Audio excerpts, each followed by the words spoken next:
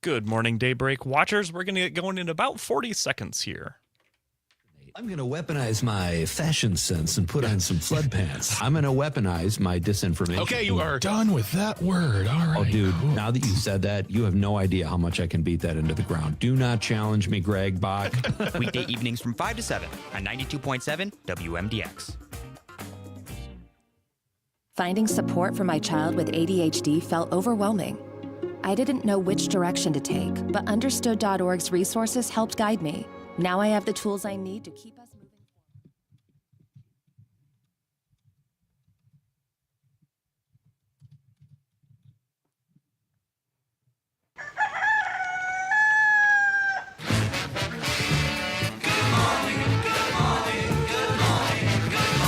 Good morning. Morning. Good morning.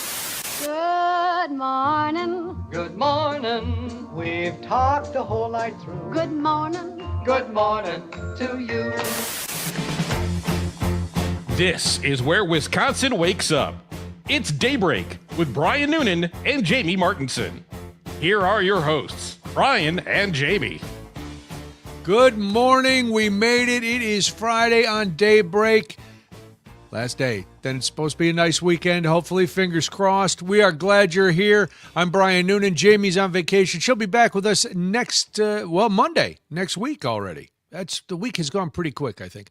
855-75-CIVIC is how you get a hold of us. 855-752-4842. You can call, you can text, and be nice to Parker. He's the tech producer. He answers the phone. And if you're nice to him, you get to me. Jamie's not here, but Frank and Parker are here. They are our production team and my faithful sidekicks this week, which has been a lot of fun. Frank, the other day, you used this program for narrowcasting, for personal reasons. You're like the insider trading of radio advice. You use the show to get advice, and you got really good advice the other day about a bachelor party, and you come to us again, hat in hand, to sometimes I feel, because for those of you who aren't on the stream, you can't see, I am, I hate to say much older than Parker and Frank, but I have more life experience than Parker and Frank. Yeah, because I'm much older. You're seasoned. Yeah. Yeah, I'm seasoned.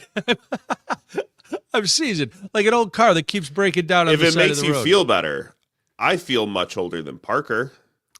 Yeah, it's definitely, there's stages on this show. There's generations we have, because Jamie falls between you and I, Frank. Right. So we have people on the show of all ages. But sometimes you guys, it's fun to watch you go through certain things in your life that I did a while ago that I'm like, oh, I remember having to go through this. Mm-hmm. And we are back with Parker. Never has anything to do because he lives at home and he lives a pretty simple life, pretty simple Amish inspired life, pampered life. Yes, he is in that sweet spot between being an adult and actually having to be an adult. Parker, stay there as long as you can. Yeah, dude, milk it. As long as you can. I know socially it's not acceptable for a grown man to be living with his parents. I know that. I know that chicks don't dig it. Now, see there, yeah. You want to come back to my bedroom? Shh, you got to be quiet. My mom and dad are still up. My dad's got work they're watching in the morning. AMC. We got to be quiet. Don't interrupt I get up my earlier dad's than my dad. I'm not worried about their sleep. I'm worried about my sleep. Well, that's another thing. Wow. All right.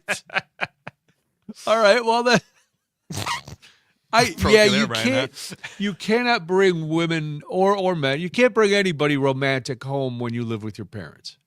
No, it is not the coolest feeling. And you're praying for your parents to go out to dinner so that you can sneak somebody in, but then you can't concentrate because you're listening for the car to pull into the driveway, and then you gotta out the window, quick. Yeah. Honestly, I think it's more impressive if you do.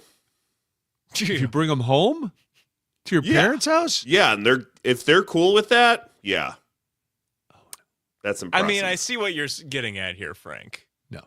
I can rest assured that's not my mental state. No, it wouldn't be mine either, Parker. Frank's got Frank's got some philosophies I don't cotton to. It's that's fine. Just have mom and dad listening outside the door. Frank doesn't care. He's tearing it up. He's grunting. He's making noise. Not even tell the girls to be quiet. He just ripping it up. And then he just walks out in his underpants to get a glass of water from the sink. Mom, Dad was shaking. Look, hello, I'm Frank." picturing Will Ferrell's character from Wedding Crashers. Yes. Or old Like, that's school. the dream. I'm picturing Frank the Tank. Literally. That's me. I know. Well, good for you. Everybody, Thank you. Parker, you can try it out. Try Frank's method. See if Try it the works. methods. All Just right. try it out. Just try it out. Take advice from me. Yeah. I would say bring somebody home the night before Mother's Day. So on Mother's Day morning, you Oh. walk out like that. There you go. Grab yourself a cup of coffee. Mom, happy Mother's Day.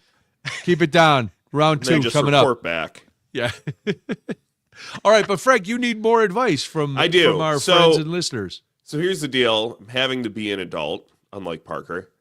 We need a new car, my wife and I. So we've been going to dealerships. We've been driving around. But I need advice on how to get the best deal. So 855-752-4842 or 855-75 Civic. Please give me your advice on what I should do at the dealership to get the best deal. Now, here's the thing. We are going to lease a car, so I don't know what the differences are. Like, do I still have to play the game? Is my I don't question. know. I would and I don't imagine- want to play the game. No, and I'm with you. Now, full disclosure, my car is 13 years old. My wife bought a car last year because her old car got stolen, but I didn't go with. She just said, "Oh, I found this car online. I looked at she asked me some advice, on different cars beforehand, but she was like, I'm going to go. She was off and down. I'm going to go and do it myself. So I don't know if she got a good deal or not. I don't know. She's bought her last 2 cars by herself, where she just. What does that say? That she doesn't want you there. No, it's not. Well, Brian, do you want to come with? Do you want to be a part of this car buying experience? Do I are you asking me in general, or are you playing the part of my wife? You want to come with me? With you? Yeah, Not you a didn't- chance. Why? You didn't get this experience. You seem left out. I'm still no. I'm still scarred from 13 years ago when I bought my car. She was with me when because we bought that car. There was a time one day when I was working overnights. I got home from work. I went to bed. She had a red Kia Soul in the garage. I woke up. She had a green Kia Soul in the garage. I was like, what happened? She went back to back on the hamster cars. She loves a hamster car. My All daughter right. drives a hamster car. Really? I gotta be honest. Even when I was at my heaviest, those cars are surprisingly roomy. Like shockingly roomy, Frank. I know they don't look like they should be, but man, oh man. No, I've been inside them. They're nice. Then as I shrunk, they just don't have any get up and go. No, they don't. But they're fun little cars, and there's a lot of room. Good morning, Greg from Waukesha. Glad to see you. They've got a surprising amount of storage room. But anyway, we're starting to get some feedback. So let's take our first piece of advice. It's from Cindy, who's in Appleton. Cindy, what do you have for Frank? Thanks. Good morning. Well, first of all, just when you go in there, just be honest with them and say, I don't want to play games. I want you to give me the best deal you can give me. There's lots of other people I can go see if you don't treat me right. So Right. be right up front straight with them. And then if you lease a car, know that you have limited miles that you can use for that lease. Right. So make sure you're not going to be going over, and then that car has to go back almost in the same exact condition you got it in. So just know that. But I think leasing's not a bad way to go. That's what I'm going to do with my next car. I want a new car, can't afford the payments, but you can get some pretty reasonable leases and then buy the car out after the lease is over. So. Right. And that's the thing, Cindy. Like, I don't want my monthly payment being like $800-900, which good apparently, Lord. looking on TikTok, that is the average car payment for people that are buying nowadays. They're buying above their means, Frank. That's the problem. Cindy, that was good advice. Thank you Thank for you, the Cindy. call. We Always appreciate it. appreciate you. Yeah. That was it. So that is good. Be upfront, I guess, is good. Oh, wow. Greg wants you to hire him to be your limo driver, Frank. Then you don't need a car. He has a perfect driving record, and he's totally blind. You like Greg, to live you're on the hired. edge, Frank. Sounds Get like a good yourself a idea. blind limo driver. Greg, you're hired. Congratulations. You get to drive into downtown Chicago 2 days a week. And zip Enjoy. around. That'll Enjoy. be fun. So, yeah, see, now, Cindy brought up a point I hadn't thought of, that you have to return the car in pristine conditions. Now, you live in the city.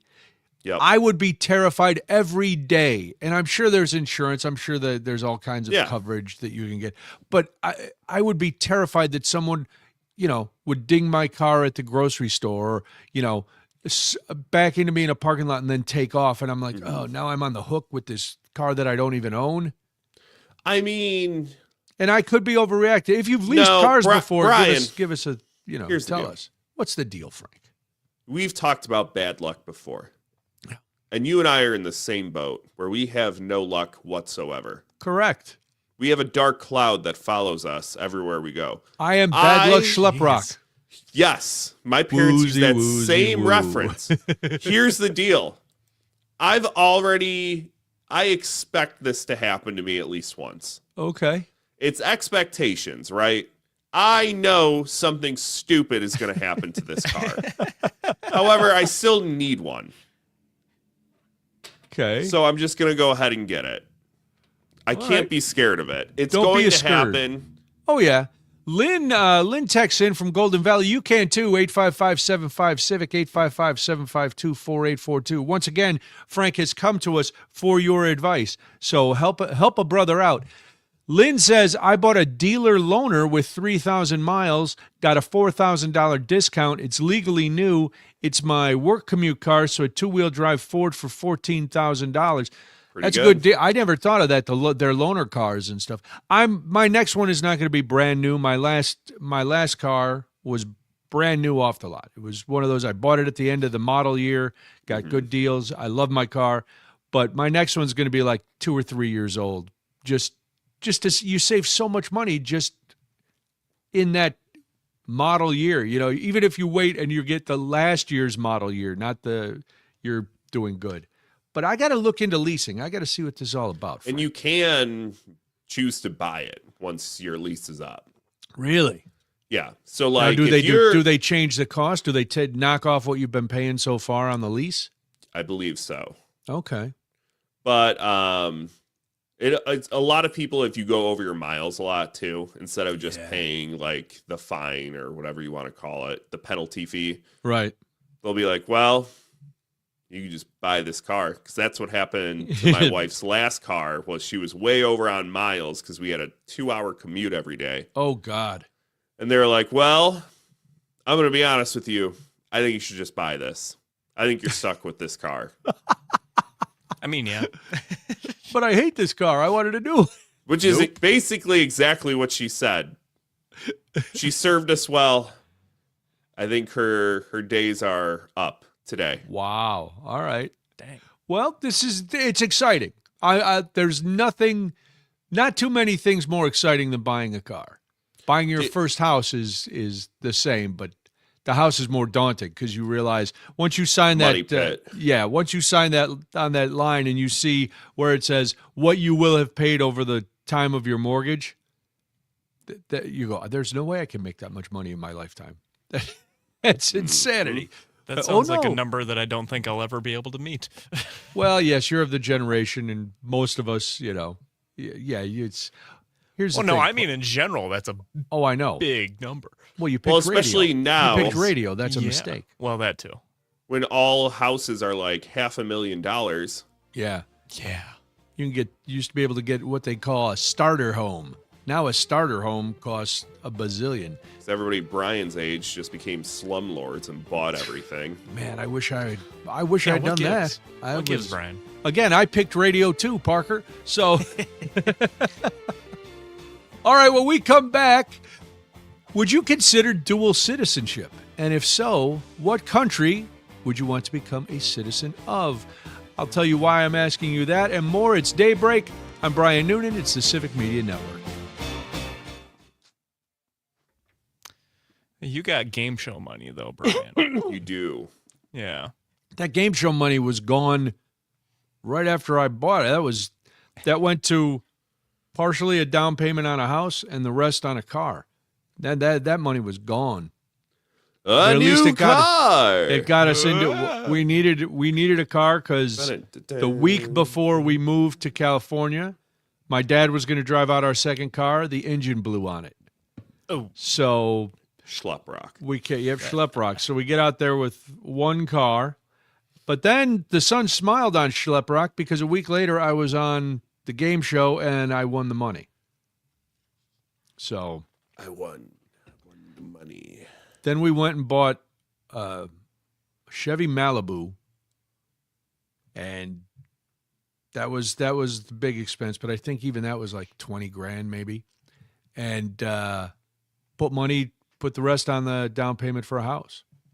Malibu's a good car. It was a fine car. It lasted. My mom had a couple of Malibus. It lasted a long time. I was a big fan. I had a Chevy Trailblazer for all kinds of stuff. Or for years and years, I had the Trailblazer till I got this car. And I had my very first car, my first brand new car that I bought myself was a Chevy Cavalier with a manual transmission. Whoa. Yeah. Hell yeah. Because it was cheap, and the teachers union used to get car buying discounts. So I was able to get a discount based on my mom being a teacher. And so I bought a Chevy Cavalier, and it was cheaper to get it with a manual than it was with an automatic. So I did that, and I drove that car. It had, I think, 260 on it when I finally died, and I donated it. Jesus. Yep. I just donated it to cut like Cars for Kids or something. I beat the hell out of that car. But that was, right. I drove that car all over the country doing stand-up. 15 seconds here.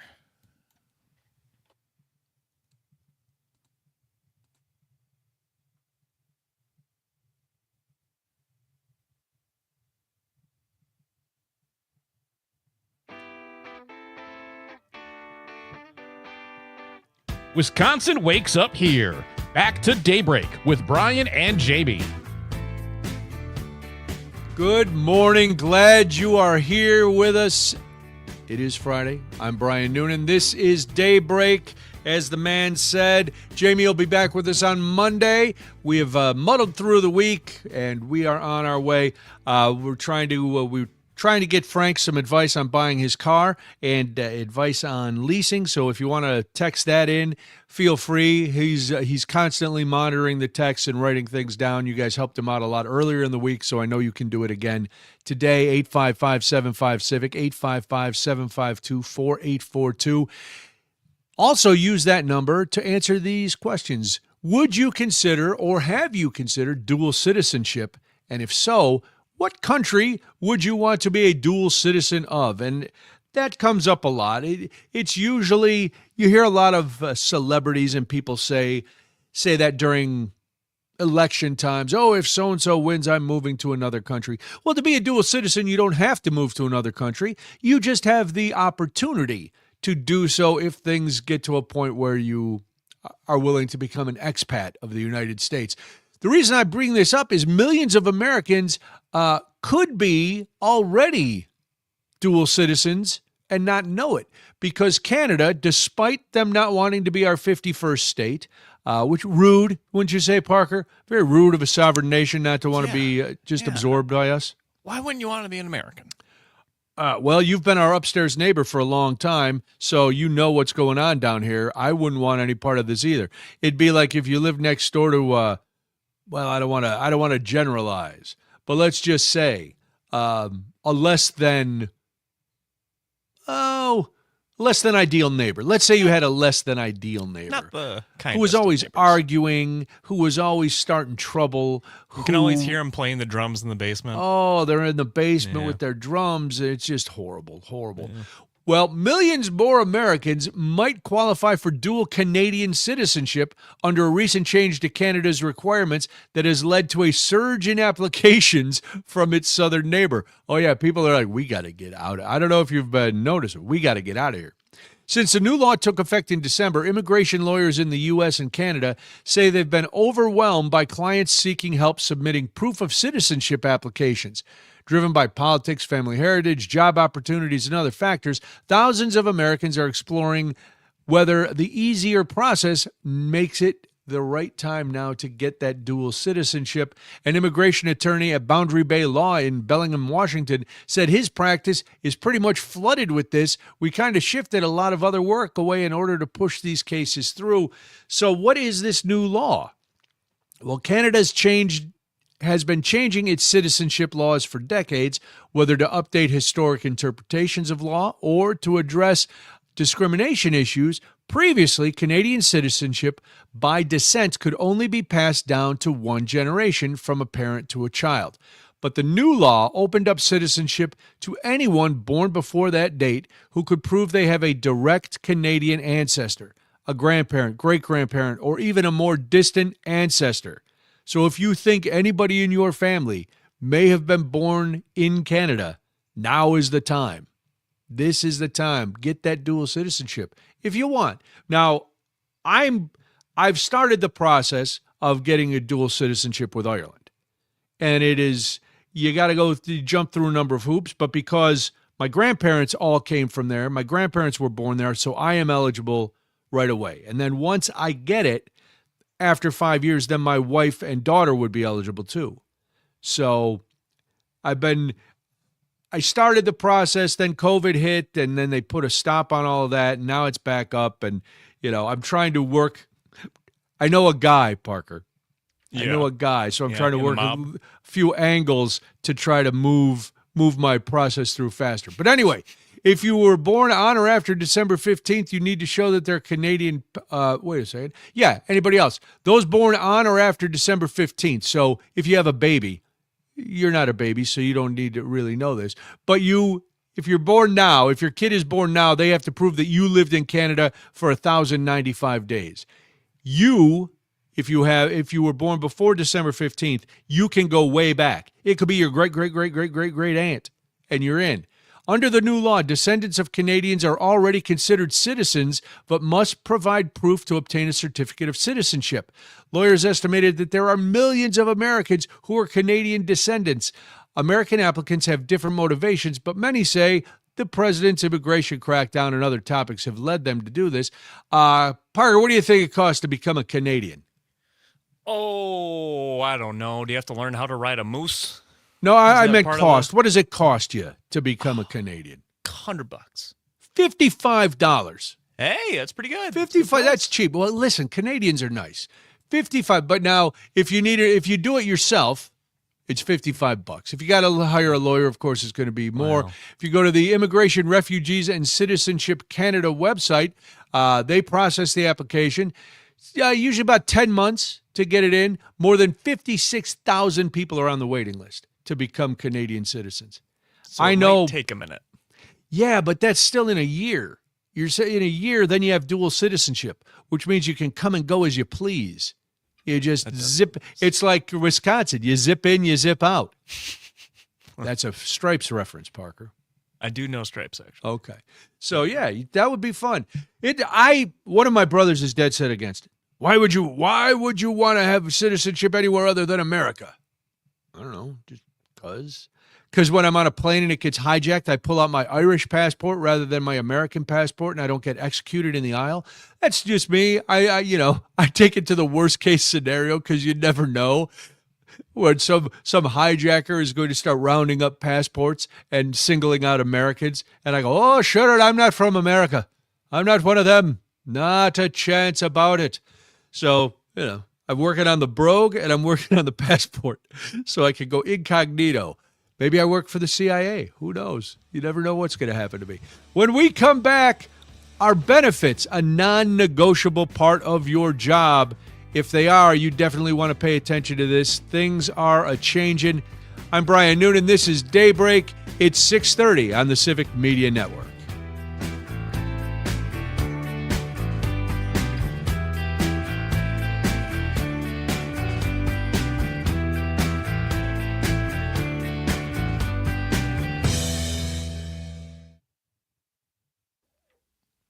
All right. Greg says that he'll only do it if he can get free Tim Hortons. Wow, yeah, I think that's something Canada doesn't tell you because they don't want a lot of extra citizens. But yeah, that's part of the deal. Yeah, citizens, you show ID, you get free donut and coffee every day. Get a maple log because they got They got a surplus, so they're just giving people stuff. I wouldn't mind. Unfortunately, I know none of my relatives came through Canada. You know, I'm trying to think back. There's probably somebody in there. You should I look. had a guess on my mom's side. I don't. Well, no. Here's the thing: how far back am I going to have to look? And It how says much of even a more hassle distance. is it going to be to find any actual documentation of that? True. Maybe your grandparents have something in the attic. When you're Maybe. moving, you'll find something. Maybe. You go, huh? Or talk to your grandma. Go, hey, grandma, where did everybody come from? Did anybody live in Canada? Was anybody born in Canada? So I actually do know a little bit about this. We have I don't know how distant it is, but there is a ancestor that is on the Declaration of Independence in my Is that family. right? Yeah. Wow, that's a flex. I like that. It's low key, yeah. No, Also, that's not even low key. That's come on. Also, somewhat related to Benedict Arnold, I think. So give and take. Oh, yeah. wow. If I remember correctly, he married in. I believe He that has been- married in. It's not by Yes. blood. No, I believe that has been told to me. I'm not I love certain that. of that one. Even if that's just urban legend in your family, I love it. We're related. Yeah, He he's married not by it. blood. He married it. We don't. No, we can't have that. That would be funny to find out one of your relatives was somebody notorious. Oh yeah. You know, and then just go, oh yeah, but they're not really. Not by blood. He's fake. Yeah, marriage doesn't count. We don't accept him. Yeah. But no, the Declaration of Independence one is legit. That's wild. Is it Yeah. John Hancock? No. Hmm. Stephen Hopkins, I believe, was the name. Really? Yeah, he was from Rhode Island. One of their delegates. I believe he had something to do with the founding of Brown University. Really? I think. I'm not positive, but I think so. He might have been like the school's first like chancellor or something like that. Holy cow. I don't remember. And his brother, I think was like the first lieutenant of the American Navy during the Revolutionary War. I think Ezekiel, I Damn, think was his Parker. name. You're one of the founding fathers. Close. You can see him. He's wearing a gray top hat. If you look on the back of a $2 bill, Yeah. you can spot him because it's got the signing of the Declaration of Independence painting on the back of Yeah, it. yeah. He's the guy with the gray top hat. Oh my God. That's Yeah. amazing. Now, and this is proven, or this is certified? Yeah, it's been a hot minute since I've looked at it, All right. but yeah, I'm pretty sure that's legit. That's cool. Yeah, I don't know what the line is. I think it's on my grandma's side, I think, Okay. but I'm not certain. Well, while your grandma's still with it, those are the kind of things you sit down and record with her. She I should look. She gave us like papers and stuff of like going through, and there is a tree somewhere.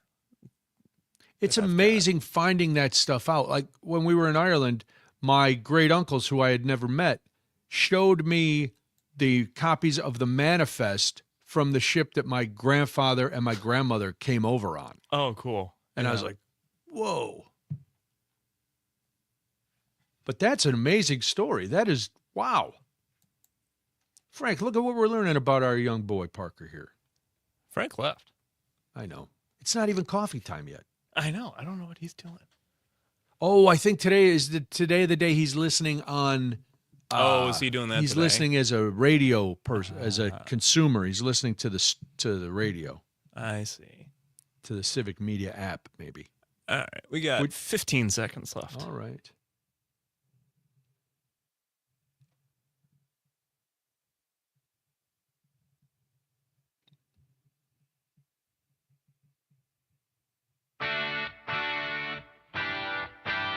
Want to join in on the conversation?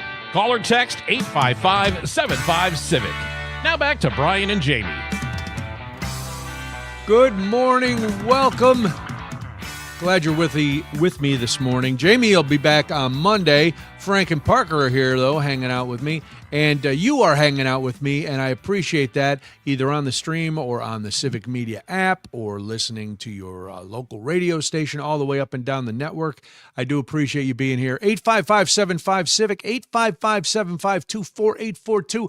Are benefits a non-negotiable part of your job? And if so, which one is the deal breaker? If this benefit were being taken away, that's it. You got to find a new job. Now, I'll be honest, for most of my career, most of my life, I was self-employed. I was on the road doing stand-up for 20 years. When I was at my first radio stations, I was there, as an independent contractor. So I never got benefits. I didn't have paid time off. I didn't have insurance. Thankfully, my wife, the firm she worked for, we have insurance through that. And so if I wanted to, this is why, Parker, I get people laugh that I don't seem to take time off, because I'm still in that old mindset. I never had paid time off. So if I took time off, that meant I wasn't working. That meant I wasn't getting paid. You're and slacking. Daddy needs to get paid. You gotta get that bag. Oh, man, my bag is a snack-sized bag, but I got to get it anyway.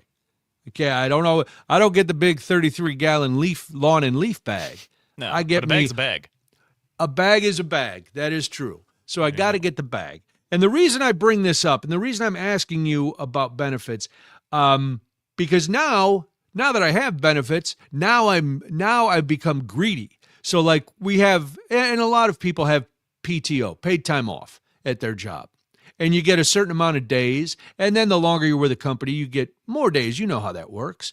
And now I'm like a squirrel in the summer. I'm hoarding my nuts. I want to make sure I have 1,000,000 days. I don't know when I'm going to use them. I don't know if I'm ever going to use them, but I like to have them. So I don't know. We know I have to take time off for my daughter's wedding, but it's killing me that I have to burn days. I'm like, You're not happy about that. I'm not. I can certify he is not happy about this, guys. No, trust me. As much as it seems like sometimes I'm cranky, I love doing this, and I can't believe I get to do it every day. And the thing is, I've felt this way since the first day I walked into a radio station. So that hasn't changed.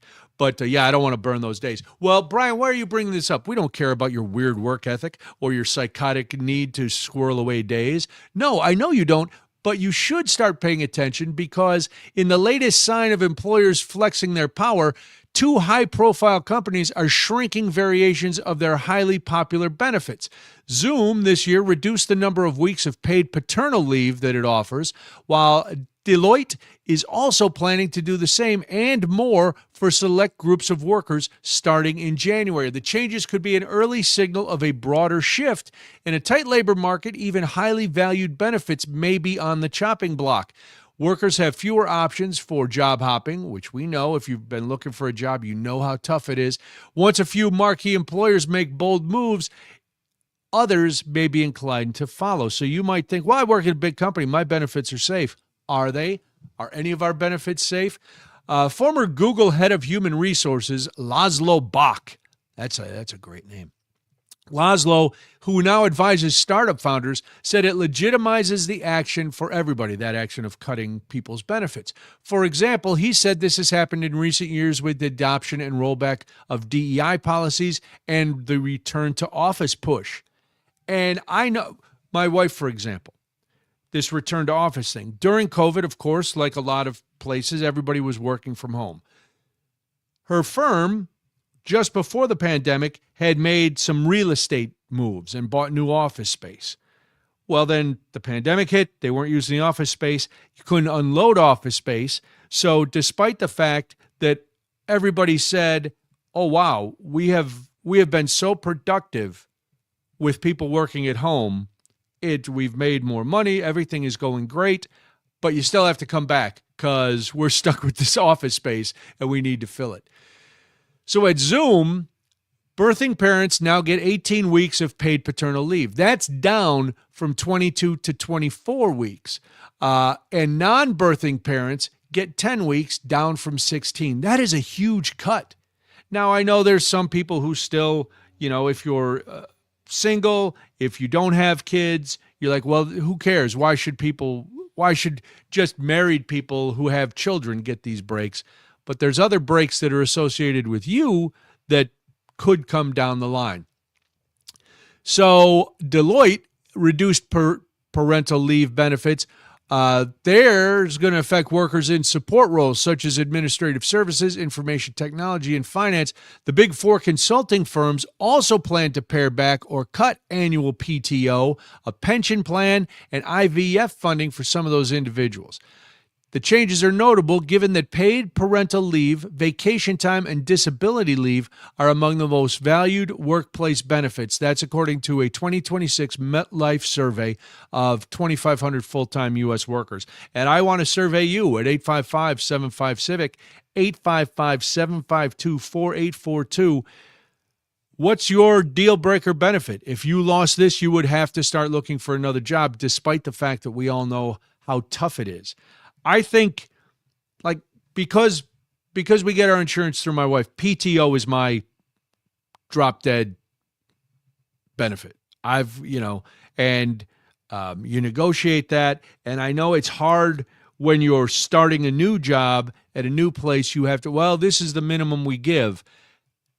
I'm always hesitant for people. Like my daughter now is, she's been in the job market. She's been in the professional world for a while. And she's been very fortunate. The places she's worked have had really good benefits. And so she's been happy with that. But I know if she were to do it again, that would be one of the top things. Parker, you're new into the workforce. Yeah. What is and I know we have benefits here at Civic, which is great. They take pretty good care of us. So what's the one benefit you would not want to lose? Oh, man. I very much like you, Brian, I don't take really any PTO hardly at all. You can't. There's no other there's no other true. Tech producer to work for us. That is also true. Not that would work for us. There just isn't. There's not anymore. So. No one's going to get up this early. That's the problem. No, so we got you. You've got me. I really do think that PTO might be it, though, because I, at this stage in my life, still have insurance through my parents right now. So, yeah, it probably is PTO is the most. It's not so much the benefits themselves. It's the handling of the benefits to me. Like, okay, if I take the PTO, are you going to be a pain about it? Ah, all right. Because that can be a thing. Yeah, where it's, you didn't request it early enough. Well, there's no chance I'm not going on this vacation, so deal with it. Lacking leverage is part of the problem. Companies know they can do that because you and I are, we work for the man, and the man's got his boot on our neck. We can't always do it. So Zoom and Deloitte's actions come at a time when many employers have been prioritizing measurable results over loyalty, raising performance expectations, and tracking workers' AI usage. Pandemic-era perks like gym discounts are declining, in-office mandates are widespread, and layoffs continue to slip. Meanwhile, job growth has been stagnant, and many workers are staying put. The U.S. quit rate edged down almost 2% in February. It was 1.9% in February. It was 2% in January, according to the latest data available from the Bureau of Labor Statistics. We know we can't go anywhere. Tom is listening on WMDX. He's in Hartford. Many years I did not take one sick day. I accumulated over 1,000 hours of sick time. Other coworkers had maybe 100 hours and were off almost one day a week. When they needed the hours, they were low. Yeah, Tom, that's if you're not sick. I mean, I don't begrudge anybody taking a day here and there. If you're, Jamie took vacation. Well, she has vacation. I got no problem with that. I'm going to take some days off in August. Whatever. But when you save them, I always worry because back in the day, and it sounds like Tom, you might have worked at a place like this where you could bank them. You just kept accumulating. You could bank them all, and you'd be set. Now, in a lot of places, if you don't use all your days, you lose most of them. So that's that's part of the thing where I'm like, well, as much as I don't like taking off and missing shows, I also don't want to lose days that I've earned. My dad was like Tom, never took a sick day. He worked for the Chicago Board of Education. When he retired, he had enough sick days to get a year's salary. They paid him out a year's salary just for the days he did not take off. And I think part of the reason he didn't take off, one, because he had a good work ethic, two, because he would have had to stay home with all 5 of us. So it would have made him even sicker than the days he went into work sick. So yeah, he got cashed out. His dream, after having to drive 5 kids around his whole life, was to get a Cadillac. He took that money from his sick days and he bought himself a Cadillac. So good for him. Let's go to Richland Center. That's where Chris is hanging on at 855-75-CIVIC. Good morning, Chris. Welcome. Hi. So what do you think, Chris? Hi. What's your deal breaker benefit? So I work for a company that gives me a retirement benefit of 15% of whatever I make every year, which is unbelievable. Yeah, that's great. Yeah. When I started working there, I couldn't believe how great it was, but I've been there just about 9 years now, and that's the one thing, if they ever decided to take that away, I would definitely be finding somewhere else to work. So that's what keeps me coming back. There you go. And you know what? That's if that's the motivation you need, I'm glad you have it. That's a terrific benefit. Thanks, Chris. That's a great call. I appreciate it. All right, and John texts in. He's listening on WISS in Oshkosh.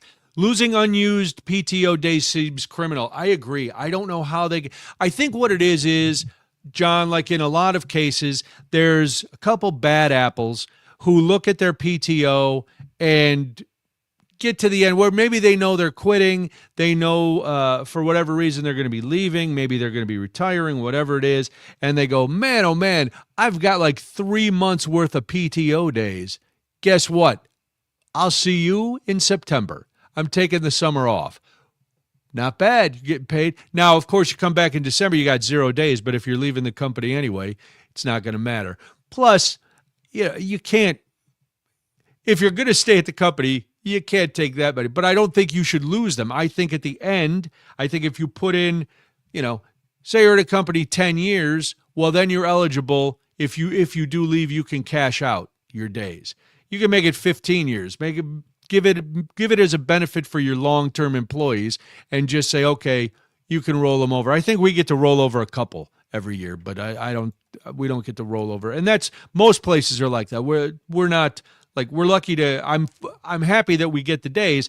We get to roll over a couple. And a lot of workers are in that mindset. They're like, well, losing benefits is better than being laid off. And unfortunately, the more all of us think that way, the harder it's going to be to fight these companies cutting our benefits to benefit their bottom line. Not you. You're just the employee, and they figure they can get a lot of employees. And when you don't have leverage, that's when things get a little dicey for all of us.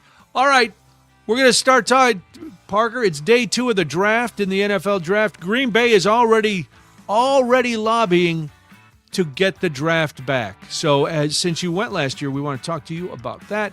We want to talk to you about it too. Do you want the NFL draft coming back to Green Bay? 855-75-CIVIC. This is Daybreak. I'm Brian Noonan, and you're listening to the Civic Media Network.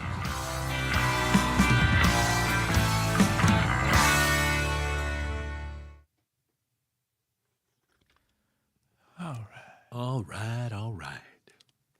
The show within the show. Friday. Ta-da. Got anything big going this weekend, Parker? Yeah, I'm staying in Whitewater for the weekend. Oh, nice. Yeah, got a little party tonight, and then brewery game tomorrow, and then I think hitting up some bars after. Nice. So, yeah. That'll be fun. Yes, it will. I knew about the brewer game, and then last night they were like, hey, there's a party tomorrow night. I'm like, oh, can I crash at somebody's place? I'm like, yes. I'm like, okay, I'll be there. What should I bring? A college party? Or a party with college friends? Or both? It is. I would qualify it as a college party. However, I would qualify it more as like a kickback. Not okay. Like, yeah. It's probably going to be like 15 people, if I had to guess. So it's not a big blowout at some frat house? No, we're not. No. It's not like the street party that's happening? Never. No, I've never been a frat house guy. All right. Believe it or not. No, me either. And that surprised. When I went to Southern, frats were like frowned upon. There were a few. Really? There was a Greek row in these old buildings. Yep. Not a lot of people in the frats. It was so bad that we would, because in those days we could bring coolers into the stadium. Yeah, sure. Stadium is a loose term for the Salukis. Now they have a beautiful stadium, but it was basically enlarged high school stands for the football games. And the frat guys, when they would come in, would be pelted with ice and styrofoam coolers. Now it's a much bigger thing down there. And, but probably had I gone to a school that had a big Greek life, because I know a lot of places, if you're not in the system, you don't really have a social life. That was not the problem or the issue, rather, at Southern. So sure, I was not a frat guy. Yeah, it just I never saw any appeal to it. I knew a couple people in it, like good friends that were in it, and would always give them a hard time. Like, you're paying for friends. I don't know what you're doing. Paying for friends. No, we're not. We're making brothers and networking contacts for life. Yep. What was that down payment? Yeah. No, I don't. I'm trying to think. At least a couple of my brothers were in frats. Really? Okay. And I'm like, I'm not. First of all, I'm not going to be humiliated just to say I'm somebody's brother. I have 4 brothers. We don't get along as it is. I don't need a house full of brothers that I don't get along with. Did you see the surfaced a couple of months ago, the video of the police coming into a frat house in Iowa? No. Where they were they open a door in the basement, and there's a bunch of shirtless guys just standing still. None of them will say anything, and some of them are like covered in ketchup. I saw stuff. it. It's hilarious. It's wild. 15 seconds until it's not 4 years. It's for life, brother. 10 seconds. Oh, stop.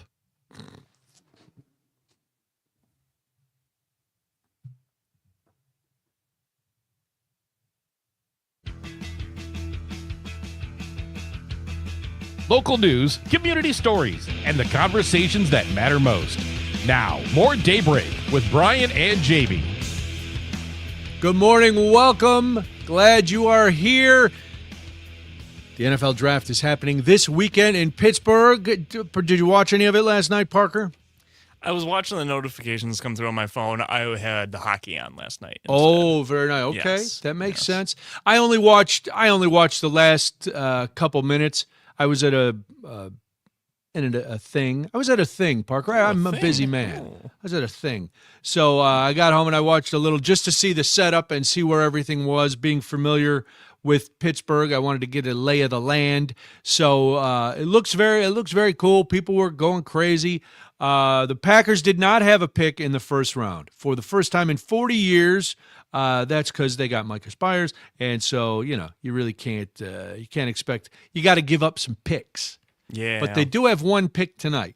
So we'll be talking more draft later, getting into some of the specifics, some of the prospective picks. We're also, I got to give you credit, Parker.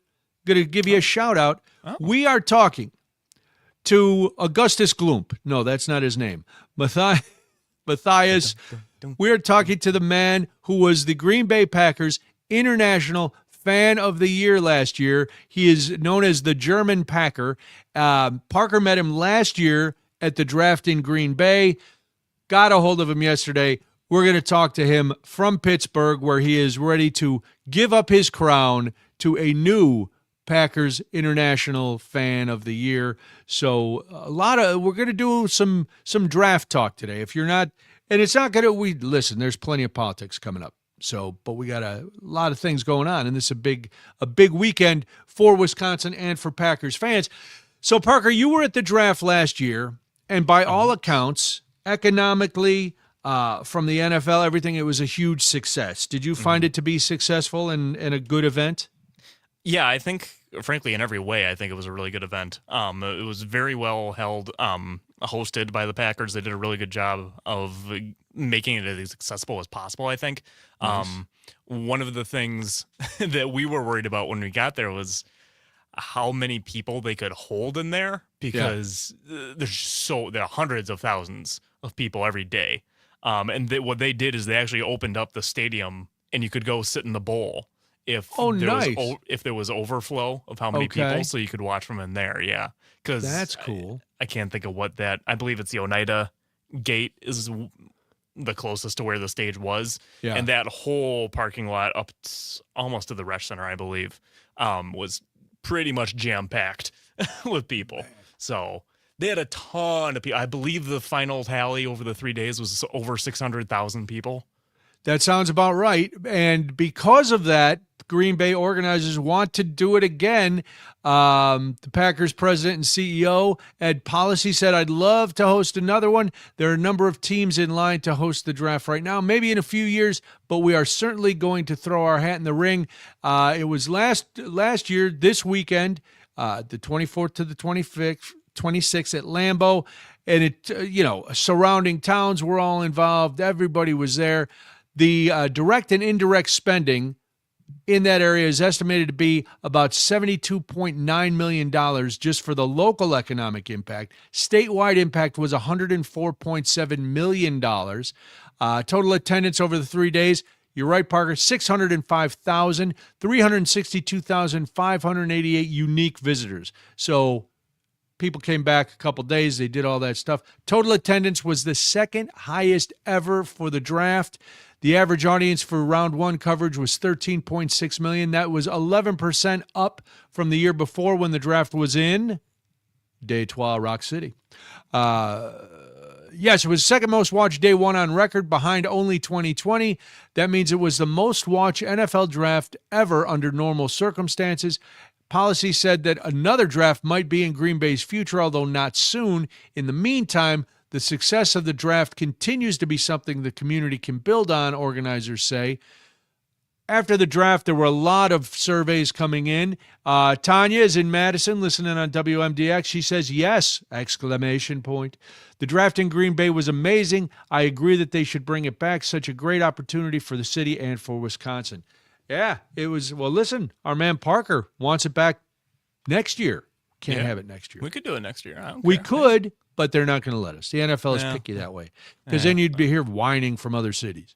I can't have it here. There was whining about Green Bay getting to host it in the first place because it was too small. That's always the knock on Milwaukee and Green Bay for professional sports. It's too small. But then people come here and they're like, "Oh man, this is sick. This was great." Everybody had they're dead enough 4-star hotels, 5-star hotels. Okay, well, figure it out. Maybe somebody has to stay at a 4-star instead of a 5-star. Boo hoo. That's the way it goes. So all the neighboring communities, all of that were all involved. Everybody got their beak wet.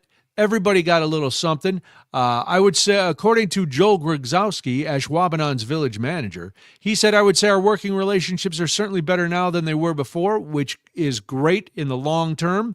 Collaboration between the Packers, Discover Green Bay, and PMI, as well as all the communities, will continue to pay dividends, everybody says. So the area is what they built. They built all new, bunch of new things up near Lambeau. They got everything set. Everything is beautiful. And the other towns, man, think about it. Those rentals were full, hotels were full, restaurants were full. Everybody was making money. And by all accounts, all the fans seemed very happy too. So good luck. I hope the Packers do get it back again. I know when it was in Chicago, it was a big success. It's a success everywhere. What surprised people, Parker, is, like you said, everybody, the knock is, Green Bay is too small. But then you see how many people showed up. You see how many people watched because it was in Green Bay, maybe just because the audience is going up. We'll see if Pittsburgh gets the same numbers that Green Bay got this year, but who knows? When we come back after the news, it's time for some headlines, it's time for some stuff you need to know, and it's time for Swipe or Stay. We got a lot going on in hour number 2. I hope you'll stick around and get involved. 855-75-CIVIC, 855-752-4842. Don't forget, you can download the free Civic Media app to listen to us too. I'm Brian Noonan. This is Daybreak on the Civic Media Network.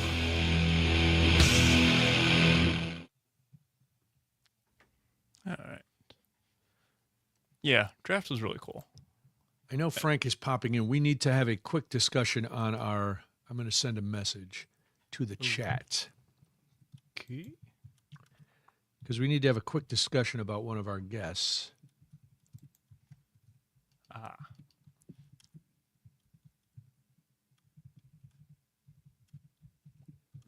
Because I don't think it was clear or not understood or whatever.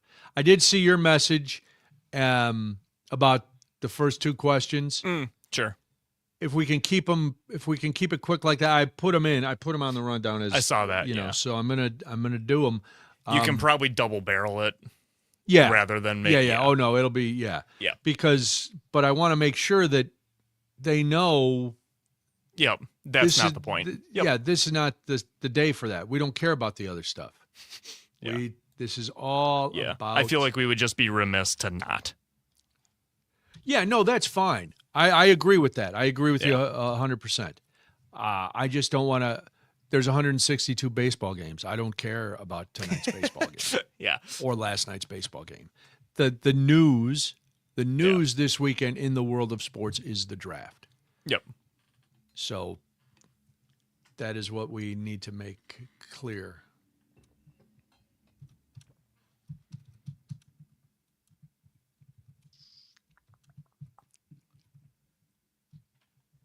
But we got it. Like I have a bunch of questions, but I want you and Frank to feel free. You are part of the conversation too during the draft. Sure thing. During draft talk. Draft talk. Draft talk. Spontia's 24? 2024? I thought it was 2023. Nope, 2024. I double checked. I went on the actual international fan. I was like, but wait. Oh, is there like a list? That's cool. I was trying to look, but I couldn't quite find it. Yeah, there's only two. There's only two previous winners. They started it in 2023. I gotcha. But yes. That's why I couldn't find the game from when I was in Ireland because it was still just an exhibition game when they were just doing those extra games when it wasn't really a. I see. Preseason stuff. Yeah. Okay. Yeah. So the Packers had a preseason up in Canada one year that they didn't play because the paint, like they painted it really like a day before the game and it didn't like set right or something. The field they painted? Yeah, because they put like a logo or something on. Oh God. The center field, like it wasn't. Oops. It was against the Raiders, if I remember right. Man. Imagine. Oh, here we go.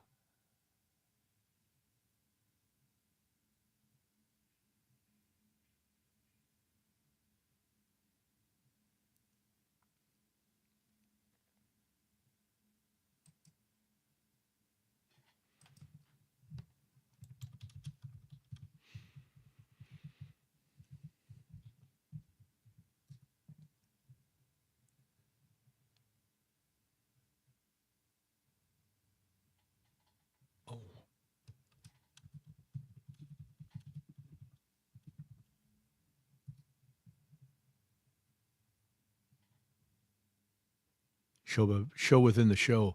You hear typing. This is very. This is very. We're just trying not to blow up a segment for later. We don't want you to, But we are going to be talking about the draft. Because I don't care how big you are into politics, how much you want to talk about politics every day. If you live in Wisconsin, you're probably still a Packers fan, and you. Yeah.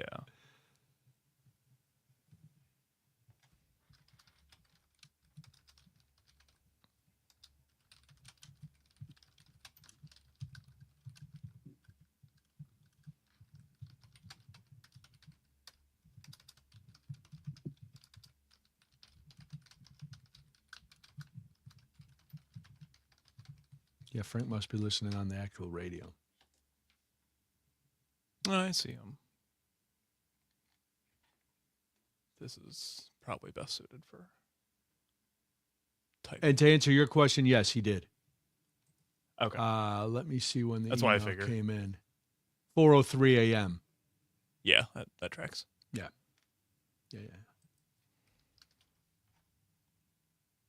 1 minute.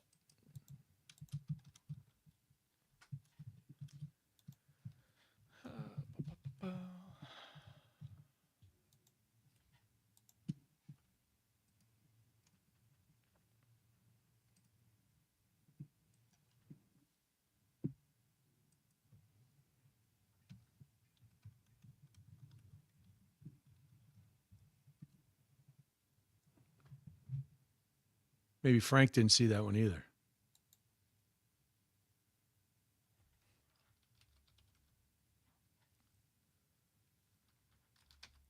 Uh, 15 seconds.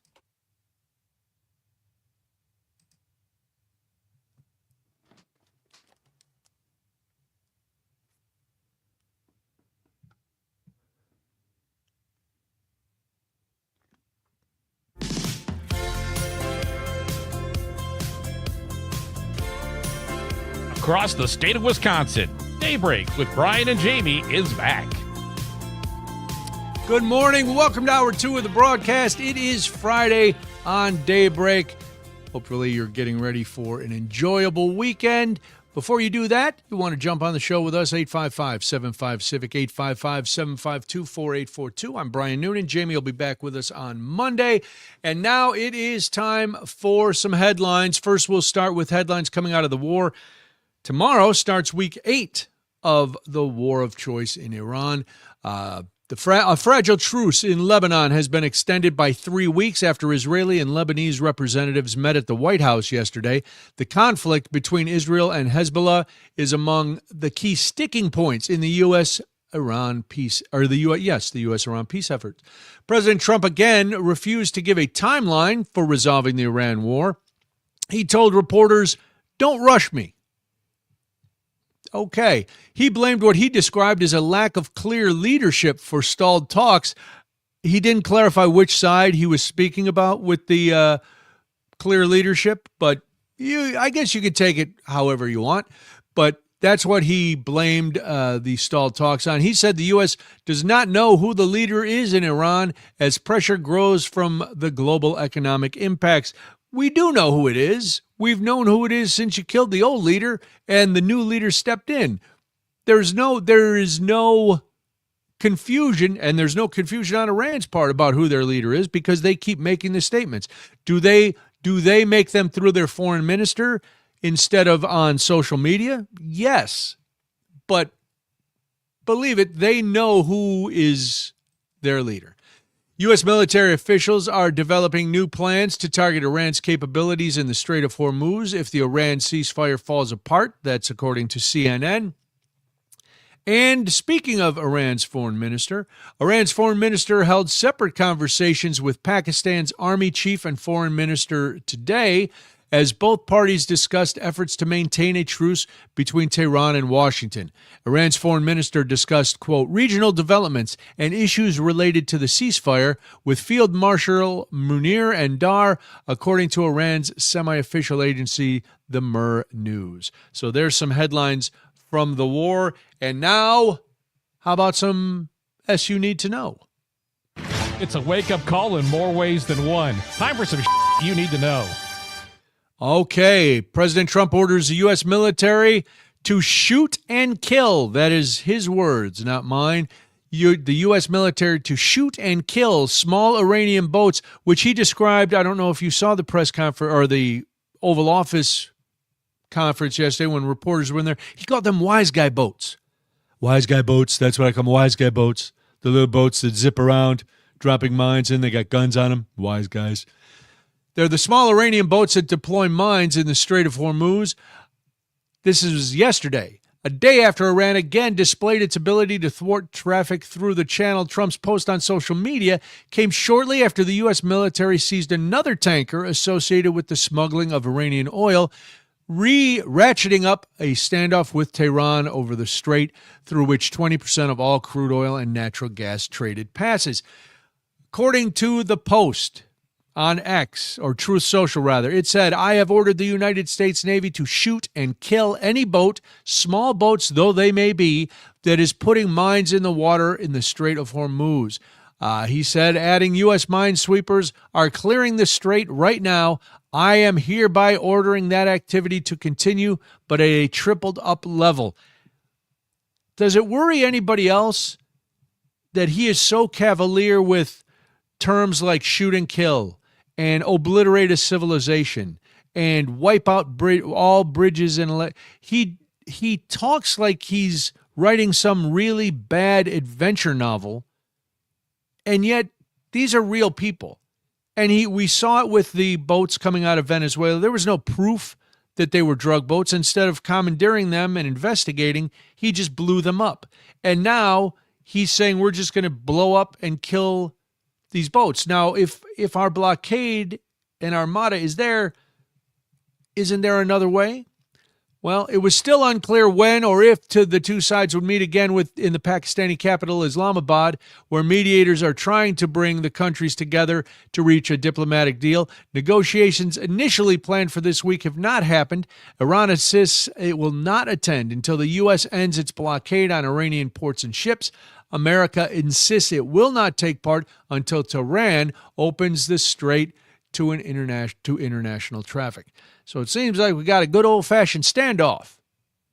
And who's going to blink first? I don't know.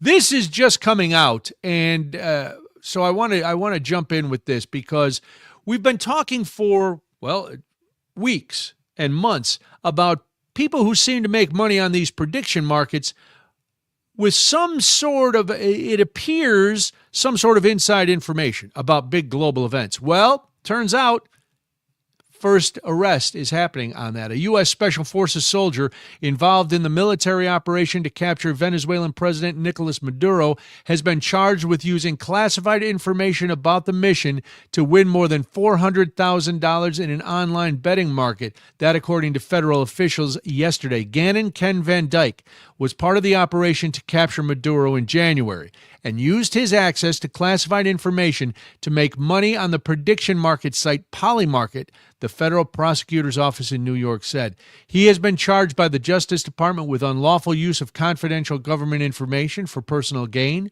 theft of non-public government information, commodities fraud, wire fraud, and making an unlawful monetary transaction. He could face years in prison. He's 38 years old. He was involved in the planning and execution of capturing Maduro for about a month, beginning December 8th, 2025. That, according to the federal prosecutor's office. Even though he signed a non-disclosure agreement promising not to divulge, quote, any classified or sensitive information, end quote, related to the operation, prosecutors say the Army soldier used his information to make a series of bets related to Maduro being out of power by January 31st, 2026. So this just cements all the suspicions that a lot of us have had. These Polymarkets, and if you're not familiar with Polymarkets and you don't want a dry lesson, I would suggest going to Sunday's episode of Last Week Tonight with John Oliver. He does a really good job explaining these Polymarkets and where they stand and what the possible harm could be using these Polymarkets. So, the prediction markets rather. Polymarket is the company, but there's a number of them. Polymarket is just one of them. It's the prediction markets. So go check that out. But now we'll see. I wonder if all the money Pete Hegseth made from buying into military stocks within an hour before the bombing started in Iran. I wonder if he's a little nervous today. Well, let's see what else is in the You Need to Know column. Oh, look at this. The Justice Department watchdog is going to review handling of the Epstein files. They are launching the review into the DOJ's production of files and documents related to Jeffrey Epstein as controversy continues over how the handling of the case of the convicted sex offender was handled. The Inspector General will focus on the DOJ's identification, collection, and production of responsive material, it said in a statement yesterday, as well as processes for redacting and withholding material and how the Justice Department addressed issues following the release of Epstein documents. The vast files collected throughout investigations related to Epstein were ordered to be released by Congress in a law that passed last year. Some members of Congress have ridiculed the Justice Department for over-redactions and tracking their searches as it went through unredacted versions of the material. Congress passed the Epstein File Transaction Act in November after repeated failures from the Justice Department to deliver on the promises that they would be releasing information on Epstein. Even material it did not have, like the long-fabled list of contacts and co-conspirators that now former Attorney General Pam Bondi claimed that was on her desk and ready to be released. Remember that? Oh, it's on my desk. No, it doesn't exist. Well, which is it? Your desk doesn't exist? The list doesn't exist? What exists? No such list has ever been produced, and the Justice Department has not charged anyone beyond Epstein and his co-conspirator, Ghislaine Maxwell. Acting Attorney General Todd Blanche, in his new role leading the department after Bondi's ousting, argued during a press conference this month that the new DOJ under Trump's second term, quote, has been a lot more transparent, end quote, than past administrations. But Blanche has also tried to hurry the Epstein scandal into the dustbin of history, saying, I think that to the extent that the Epstein file was a part of the past year of this Justice Department, it should not be a part of anything going forward. I think most of us would disagree with that. And let's keep in mind who Todd Blanche was before he was in the DOJ. He was Trump's personal attorney. So, keep that in mind, shall we? How about a little something closer to home that you need to know? And speaking of these prediction markets, our Attorney General, Josh Kaul, is suing behemoth prediction markets, Kalshi, Coinbase, Polymarket, and others, alleging they are running illegal gambling schemes in Wisconsin. I love when something is categorized as a scheme. Kaul plans to file 3 separate lawsuits in Dane County Circuit Court against prediction market companies, alleging that they are bypassing state laws by characterizing sports bets as, quote-unquote, event contracts. He says sports betting and other forms of commercial gambling have long been illegal in the state of Wisconsin. No company is above this law, no matter how creatively those companies try to disguise the activity they're engaged in. He said that in a virtual press conference yesterday. Kaul said the state is asking the judge overseeing the case to declare such gambling a violation of the law and to be banned in the state. He is not seeking any monetary damages, however. Spokesperson for one of the named companies, Robinhood, said in a statement that the company's, quote, event contracts are federally regulated and allow customers to, quote, access prediction markets in a safe, compliant, and regulated manner. The lawsuits are going to be filed just 2 weeks after Governor Evers signed into law a measure that paves the way for online sports betting in the state, but requires such gambling to be carried out only through the state's 11 tribal nations. Now, Kaul has said that the new law had no bearing on his decision to file this lawsuit. The new law adds an exception to the state's legal definition of bet to allow wagers placed on a mobile or electronic device by a person located in Wisconsin, as long as the service or device processing the bet is located on in-state tribal lands and otherwise follows the state's gaming compacts. So these prediction markets, which have been growing and growing, I've never placed a bet on a prediction market, but they are wildly popular. They're coming under more scrutiny. Well, that's S you need to know. And if there's more S you need to know, you can either go follow us on Spotify, where you can subscribe to our podcast, Daybreak with Brian and Jamie, so that you can always catch up on things you may have missed here. You can also download the free Civic Media app, take us everywhere when you are just out wandering and you want to listen to the show. And also, don't forget to go to Instagram and Facebook and follow our new pages. They are Daybreak with Brian and Jamie. Go check out the pictures, the links, the reels, all the fun things. When we come back, it is time to swipe and or stay. Frank is going to join us. We're going to talk some big pop culture stories. Again, I am trying to be good and not cheat because I saw some headlines yesterday that piqued my interest, but I never know if they're going to be included, so I don't read them. But we will see what Frank has in store when we come back. And then at 7:35, Matthias Kraus joins us. Who is Matthias Kraus? He is the Packers 2024 International Fan of the Year, so a lot coming up here on Daybreak. I'm Brian Noonan, and this is the Civic Media Network.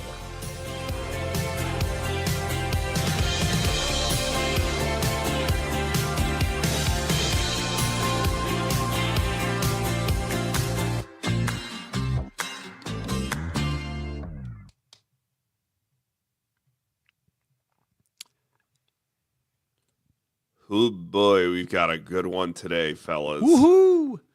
Have you been listening on the radio? Is this the day you decided to be a radio consumer? No, I've been here. Oh, okay. We thought you were... I had to dump out to grab an audio clip at one point. You had to dump out. Dump out. Frank dumped out. It's a Beavis and Butthead reference, Parker. What? Okay. I did. Oh, you can't see me. I had my headphones off. What are you, John Cena? I was talking to a caller. Dude, look at people calling in. That makes me happy. Yeah, we've had a lot of Call engagement in, today. people. I didn't see this because I was on the wrong page. No, you're. I was on the wrong page. Well, I was on our chat because I had to send you a massage. A massage. And I didn't want it on this page because if Jamie was watching, she doesn't need to be involved in the day-to-day. She's on vacation.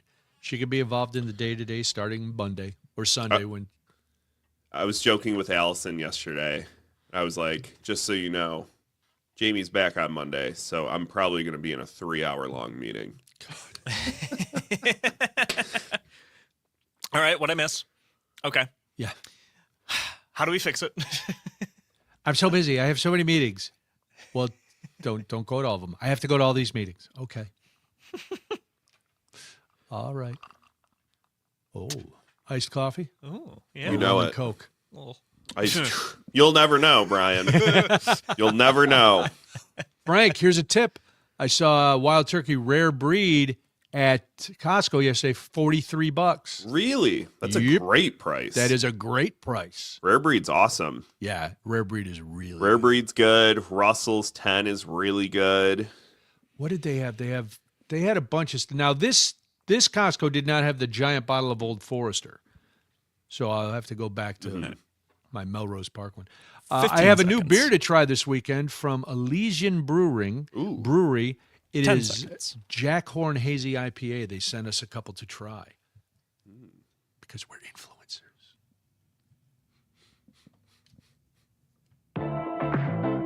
Let's break out of the bubble and see what's happening out there in pop culture. It's Swipe or Stay on Daybreak.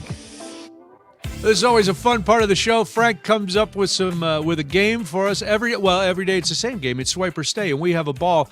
Mr. Plow King is saying that we are in so much trouble when Mom gets back on Monday. Do you think Jamie wants to be considered the show's mom? I don't think she wants to be. I think she's just accepted the fact. Yeah. I think she. Yeah. I think it's Parker's a role. a child, and you and I act like children. So right. Yeah. I'm the brother that you keep locked up in the bedroom upstairs, and then he comes down in the holidays and embarrasses you. All right, Frank, it's Swipe or Stay. How are we? Now, listen, I don't want to jinx today, but you've had a good run this week. Monday through Thursday, solid. I think we have some good stuff today. And the first story, I'm just going to say, if you guys swipe on it, I might override you all for the first time. Holy cow. Whoa. It's good stuff. So here's how it's going to work. I'm going to read some pop culture headlines. No swiping. I'm going to read some pop culture headlines. Swiper. Brian and Parker are going to have to decide whether to stay and hear more or swipe on to the next one. In the event of a tie, or if I just hate their decision, I might override them. I'm kidding. That's not how the game works. It's well, it is fine. this week. This week, it's how the game works. Yeah, that's true. Mom's not home, so. All right. Mom always said, don't play ball in the house. NFL head coach Mike Vrabel to miss. Oh, God. To miss. Oh, yeah. Part of the NFL draft. All right. I'm hoping you get to the part of this story that I want to hear, but I will stay because you threatened us. Oh, I'll stay. Of course you're staying, Parker. Mike Vrabel is taking some time off from being an NFL head coach to go do some An alleged philanderer. Counseling. Well, I don't know if it's alleged anymore. If So- he's getting counseling. Page 6, who initially broke the story, Oh, boy. have now acquired pictures of Vrabel and Rossini kissing at a bar 6 years ago. Canoodling? Canoodling. They were canoodling? 6 years ago, pre-pandemic by like 1 week. I saw these pictures, and a couple of them you go, well, maybe it's he's leaning in like he's a guy. You got to, even when she leans back, she's still making eye contact and laughing, and he's leaning in like, come on, baby, come on, baby, come on, baby, come on, baby, allegedly.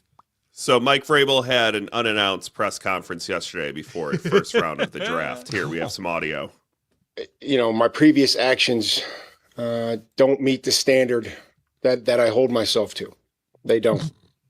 And what I believe is best for the two most important things in my life, my family and this football team, is for us to take the necessary steps to work together and to give them what I told them I'd give them, which is the best version of me.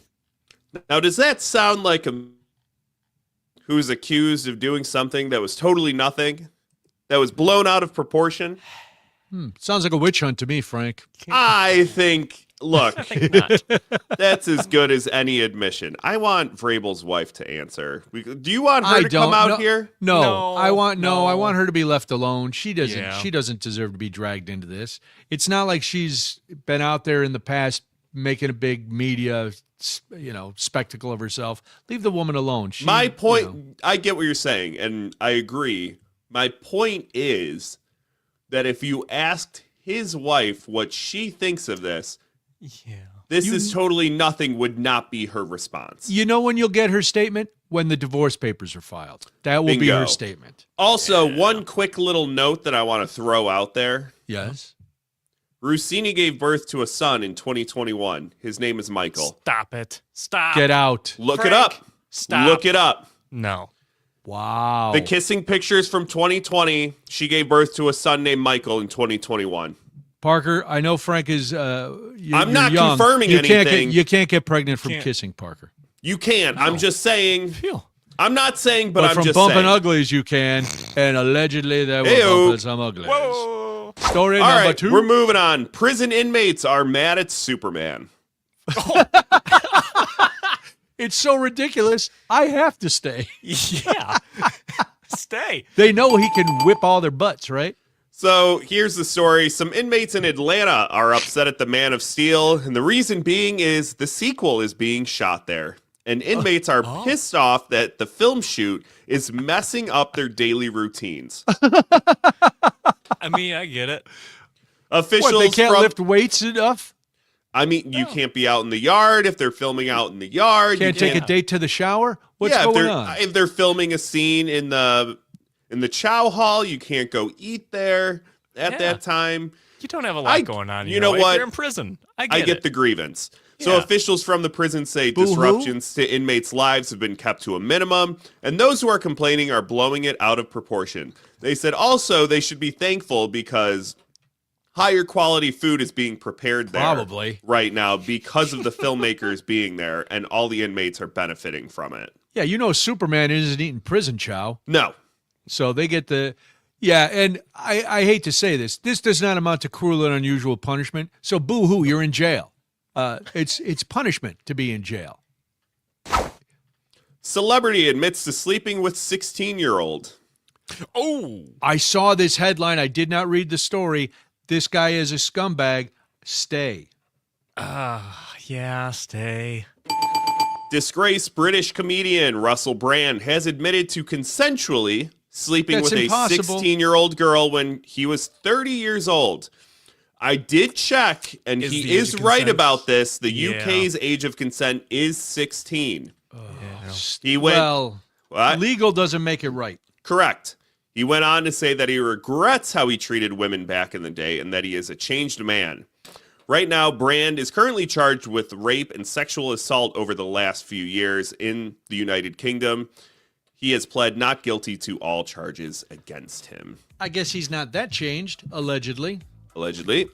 Man, what a Parker's giving me the rap sign, so that is swipe or stay today, boys. I told you it was a good one. Frank, we good ended week. hot. It was good. Man, you had a hardcore week. This was very good. Congrats. Yeah. We'll do swipe or stay. We do it every day. So Frank has to stay on the ball. This is fun. We're going to talk to Matthias Kraus. He is the Packers 2024 International Fan of the Year. We'll talk to him about that after this. It's Daybreak on the Civic Media Network. All right. All right. And we've got the German Packer here. There he is. Hello, Matthias. Is it Matthias or Matthias? In Germany, we we call it Matthias, but most of you guys say Matthias. But I want to be as genuine as possible. Matthias. Matthias, yes. And thank you for coming in full regalia. We appreciate that. Yeah, no problem. I'm honored to be here. So thanks for having me. You're very welcome. Are you? Where are you now? Are you in Pittsburgh?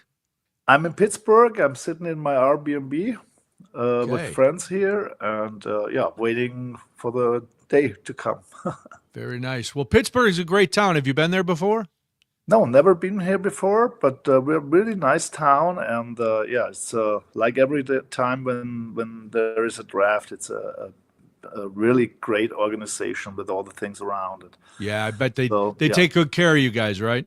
Yeah. So this time I did it by myself. Last time I was invited by the Packers and the NFL. Yeah. So it's a different views from last year to this year. So I bet. Yeah, we're gonna get into all of that. I'm really happy that you're here. Do you remember meeting Parker last year? Yeah. You probably met thousands of people at the draft up there. Parker was pretending to be a journalist. So no, I'm kidding. He was credentialed. He had the passes. He was the man last year. We had guys with cameras and everything. There you go. So I don't know if you're a beer drinker, Matthias, but in Pittsburgh, across the river from where I don't know where you're staying, Penn Brewery was founded by German immigrants. And it is very historic. There's a lot of artifacts. It's a great old building. Penn Brewery. They have great food and great beer. If you're looking for something to do in Pittsburgh, so I would like to do something more in Pittsburgh, but I'm only here till Sunday morning, so I have to head home again. So no chance to do anything outside our schedule. So we did one thing. We were at the Hofbräuhaus in Pittsburgh. Oh, very nice. Of the German Hofbräuhaus, and that was a fun evening. But yeah, very busy. Very nice. Very busy here. I bet. Yeah, I would imagine you've got a lot to do and a lot of things to see. We've got about 2 minutes, Parker? Yeah, before a little we more go than 2 on? minutes. Yep. And then we'll go on out. We'll talk for about 14 minutes or so, and we'll let you get back to your day. Yeah, we have now enough time. There's a super fan tailgate summit later on. That's the first part of the schedule today. Meeting all my friends and from the other teams and all of that. So it's a nice day, and now that we start picking today for the Packs. So let's see what we get. Was it from the TV view? It looked like it was really, really packed last night with people. Was that the case? Yeah, I at the beginning I was a little bit surprised that there were not as many people as I thought, but as soon as it started around 7:30, 8, then it was really packed. So nice. And it looked like a good setup. I'm familiar with that area, and it looked like a great place to have the draft, especially in that Point State Park on the river there. It was different to Green Bay. So in Green Bay we had the stage and the stadium together, and in Pittsburgh the draft stage is behind the stadium. So it's a different view. Yeah. I would prefer the Green Bay thing. Because when you're out there and you have the stadium in your background and can see it and all of that, that's a little bit different.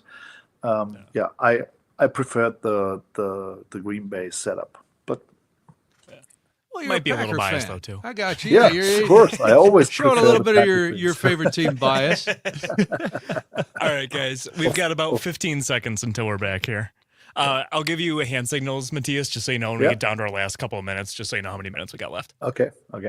Awesome. Thank you.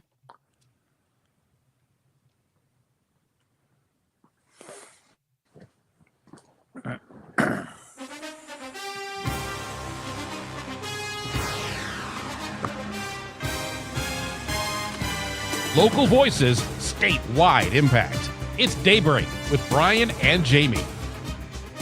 Good morning. Welcome. Jamie will be back with us next Monday. As you know, and we've talked about it a little already, we're going to talk about it a little more later. The NFL draft is happening this weekend in Pittsburgh. The Packers have their first pick today. And as the NFL has been expanding into Europe, it's been gaining more and more dedicated fans. Just like here in the U.S., some of those fans take their support of their chosen team to new levels. Well, starting back in 2023, each NFL team names an International Fan of the Year. They attend the draft, where then the ultimate International Fan of the Year is named. This year, the Packers have named Stephen O'Brien of County Wicklow, Ireland, as their International Fan of the Year. He succeeds last year's Packers reigning International Fan of the Year, Matthias Kraus of Germany.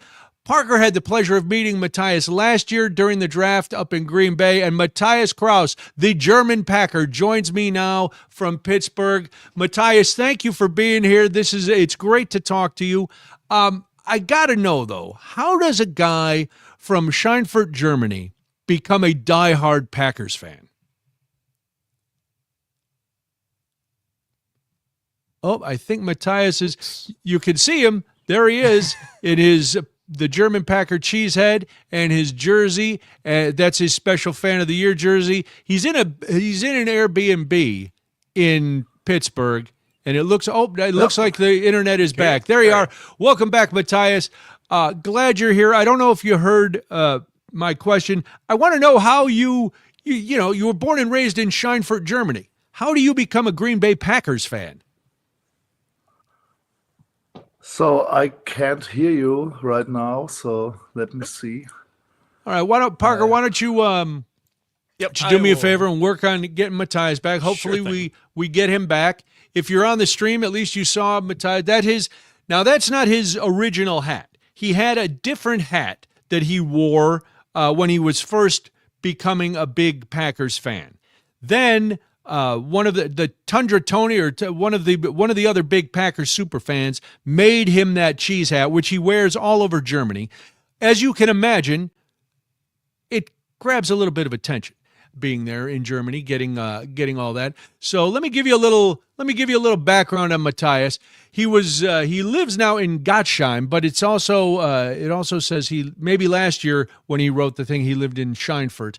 But he is the German Packer. He's been a Packers fan for about 30 years, and he said in his bio when he was applying to be the International Fan of the Year, he said that he considers himself a Packer fan because traveling back and forth from Germany to see Packers costs time and money. I attend multiple games a year and do a lot of charity stuff around my fandom.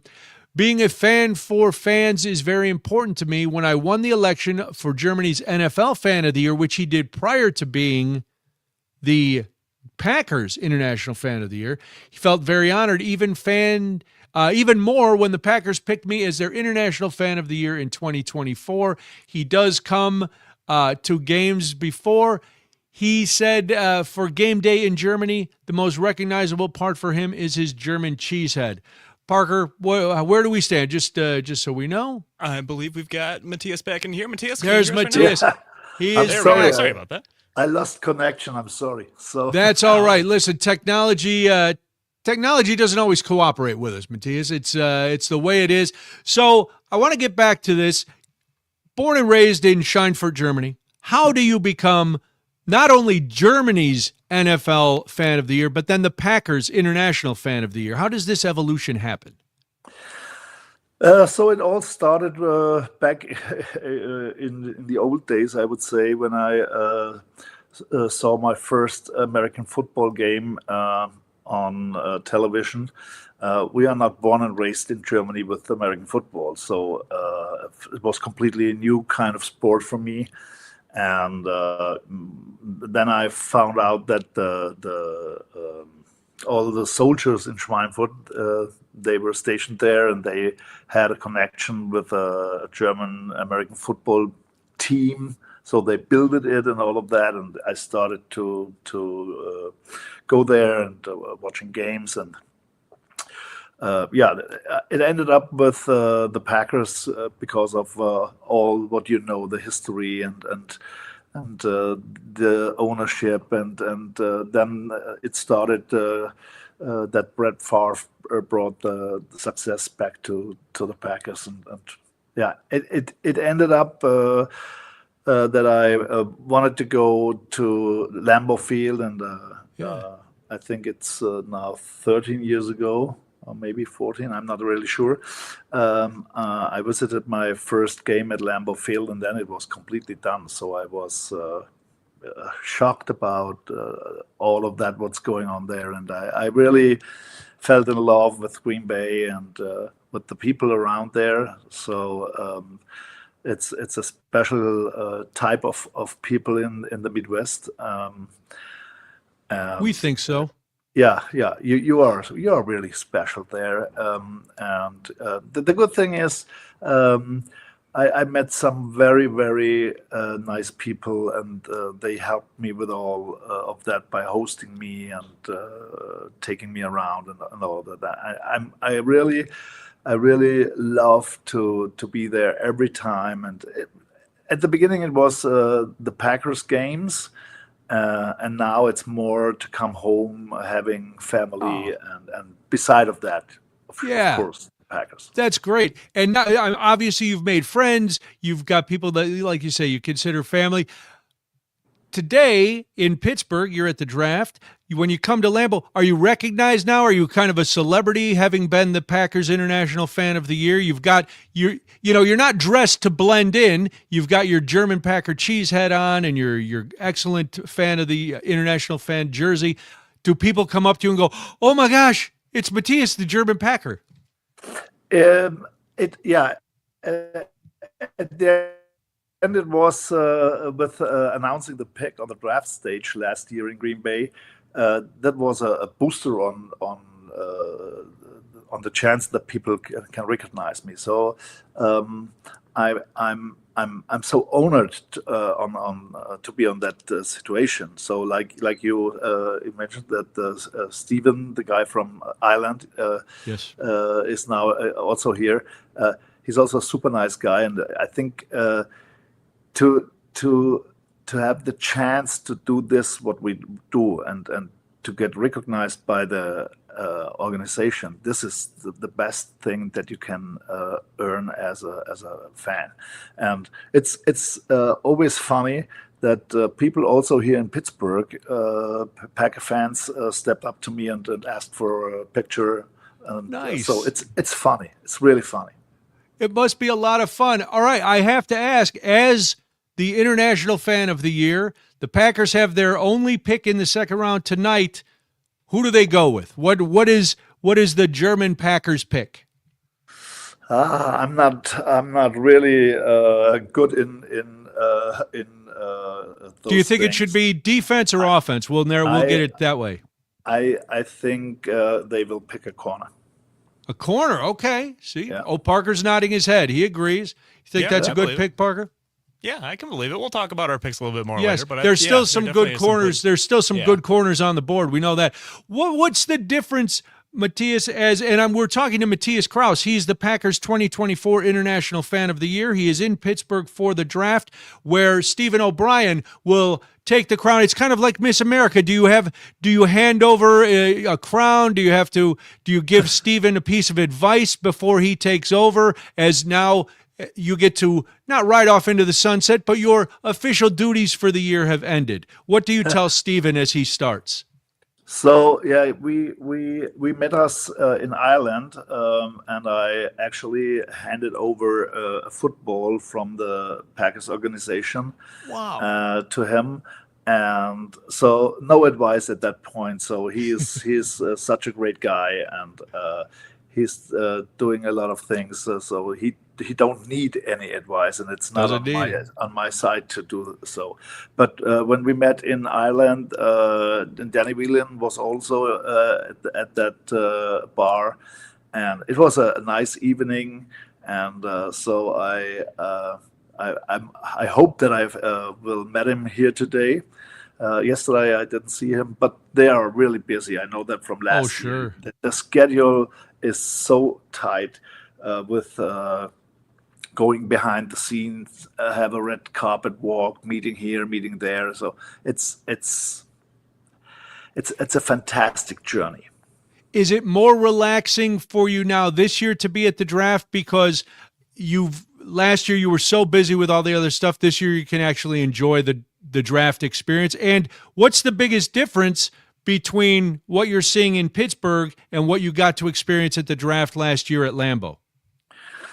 So the biggest difference for me is last year I had the schedule, like I said before, and with having the tickets for the inner circle last year and all these things, you are able to show up later the day, so you have your seats. Yeah. and yesterday we were out there by 7:30 in the morning. So we had a little thing going on with Good Morning America, and then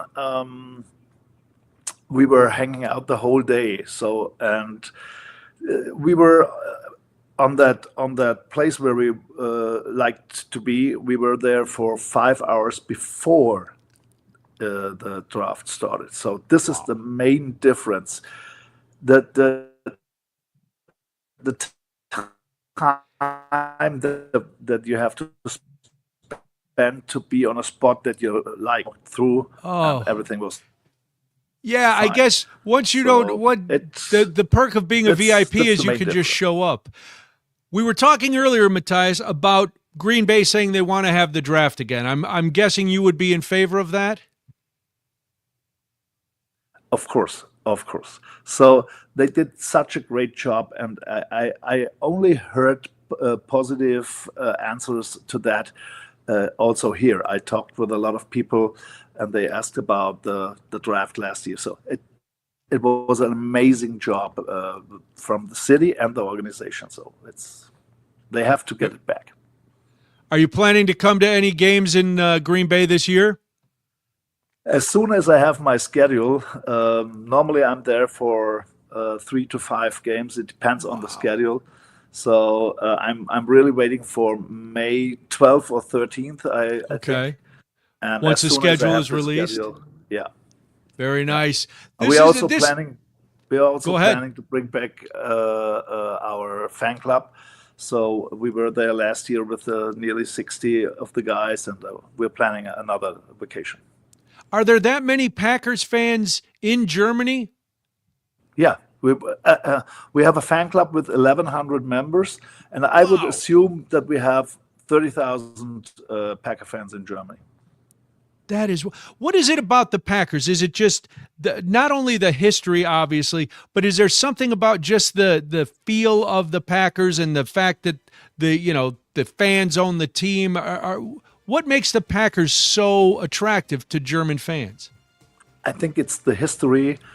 Then what you said, the owner situation. So, but most of them history, and of course, Aaron Rodgers did a lot of that for recruiting new fans with the Hail Mary things and all Very of that. Nice. So, yeah. Well, Matthias Kraus is the Packers 2024 International Fan of the Year. Matthias, thank you so much for being with us today. Enjoy the rest of the draft. Have a great weekend in Pittsburgh.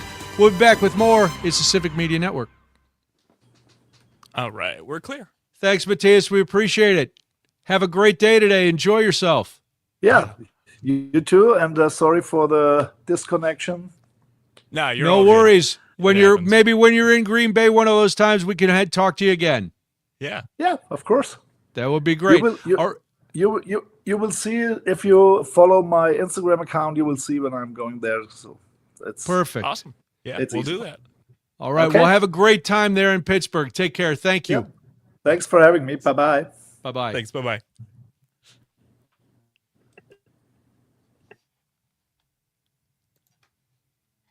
All right. All right. Yeah, I was worried about internet connection. Yeah. Just because I wasn't sure what his situation was. I don't. And you never know Airbnb's whether it be a B. Well, Yeah. you know, it worked out fine. It was still cool. It was still a cool get. Yeah, it was. Worked out well enough. No, it worked out fine. We got to talk to him. We got to hear the German accent. Matthias, how do you feel about fascism coming to America? What? And now for something completely different. Yes. Matthias, blah, blah, blah, football fandom. Yeah. Any similarities between the Nazis and what you're seeing here in America now? Huh? What?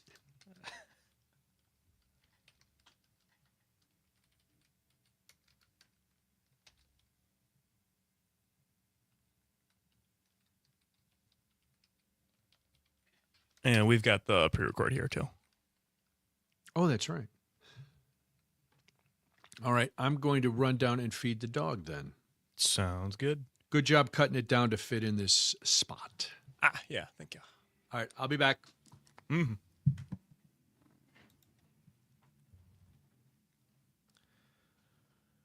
All right, live stream. We are going to put you here because we have not live guests, but it is a very good interview with a couple of folks from the Milwaukee Journal-Sentinel. I will tell you no more because in about a minute you'll get to hear the interview, and then you won't even need me to explain it because Brian will explain it there. 2 p.m. Covering the news of the day and sharing ways for you to get off the sidelines and get active in your community because change starts with you. Get involved and tune in to the Tom Hartman program Monday through Friday from 11 a.m. to 2 p.m. right here on your local Civic Media radio station. The Elder Care Locator is here to help you live your best life as you age at home. Our call center advisors are ready to connect you with trustworthy local experts. Help is just a phone call away at 1-800.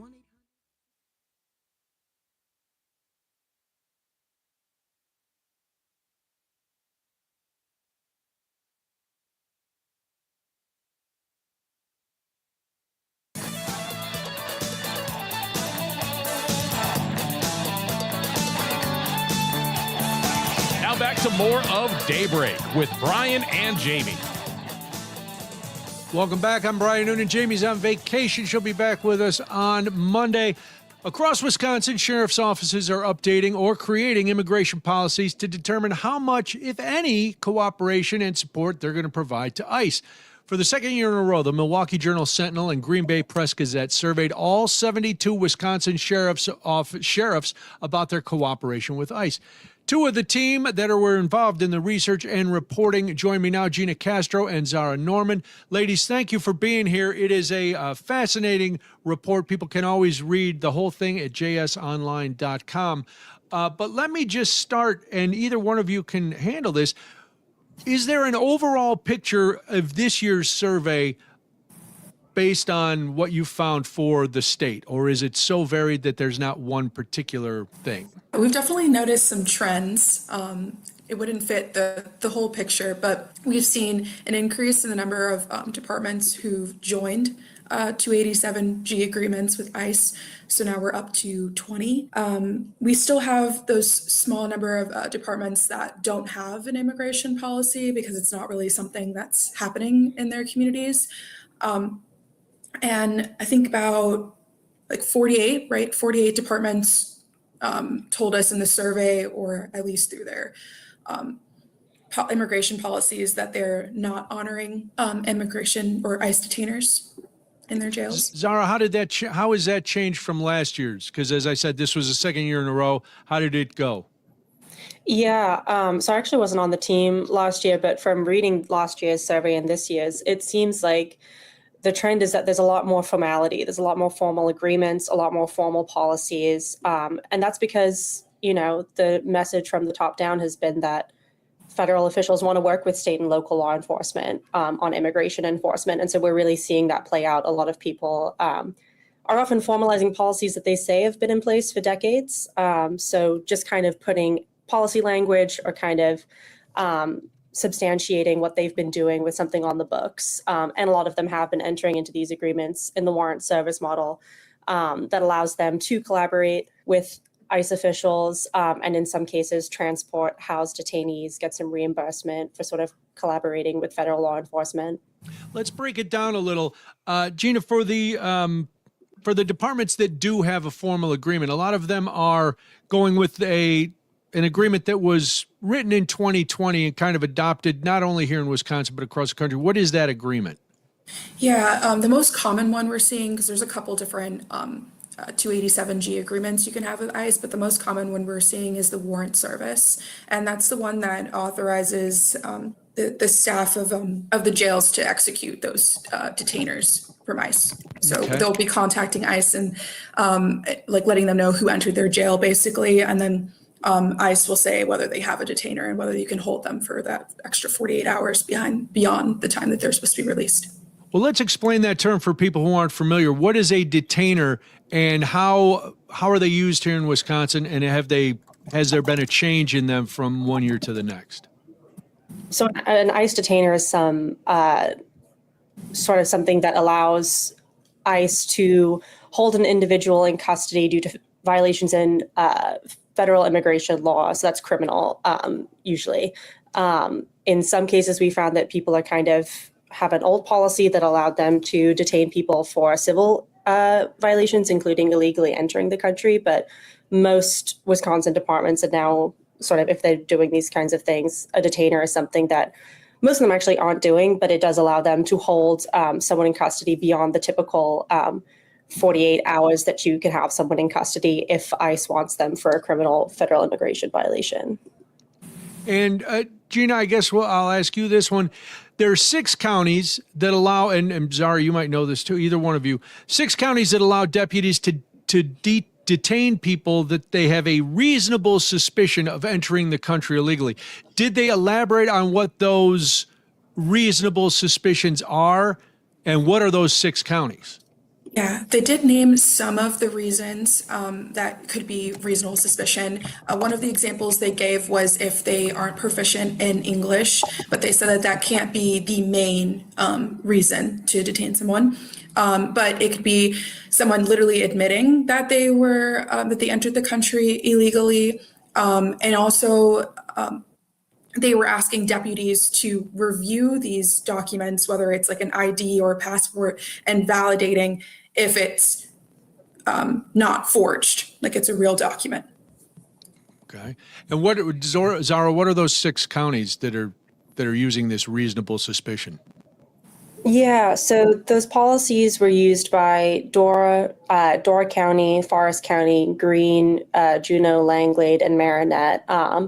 Since we actually came out and questioned folks on these policies, 3 of those sheriff's departments have stopped doing that, and they've updated their policy to the kind of more formalized one. And those ones that have changed it, correct me if I'm wrong, Gina, I think it's Langlade, Marinette, and is it Juneau? Yes. Another great example of cool. Good journalism forcing change. You also reported in the story that Wisconsin sheriffs are going to be asked to play a bigger role in the Trump administration's next chapter of immigration.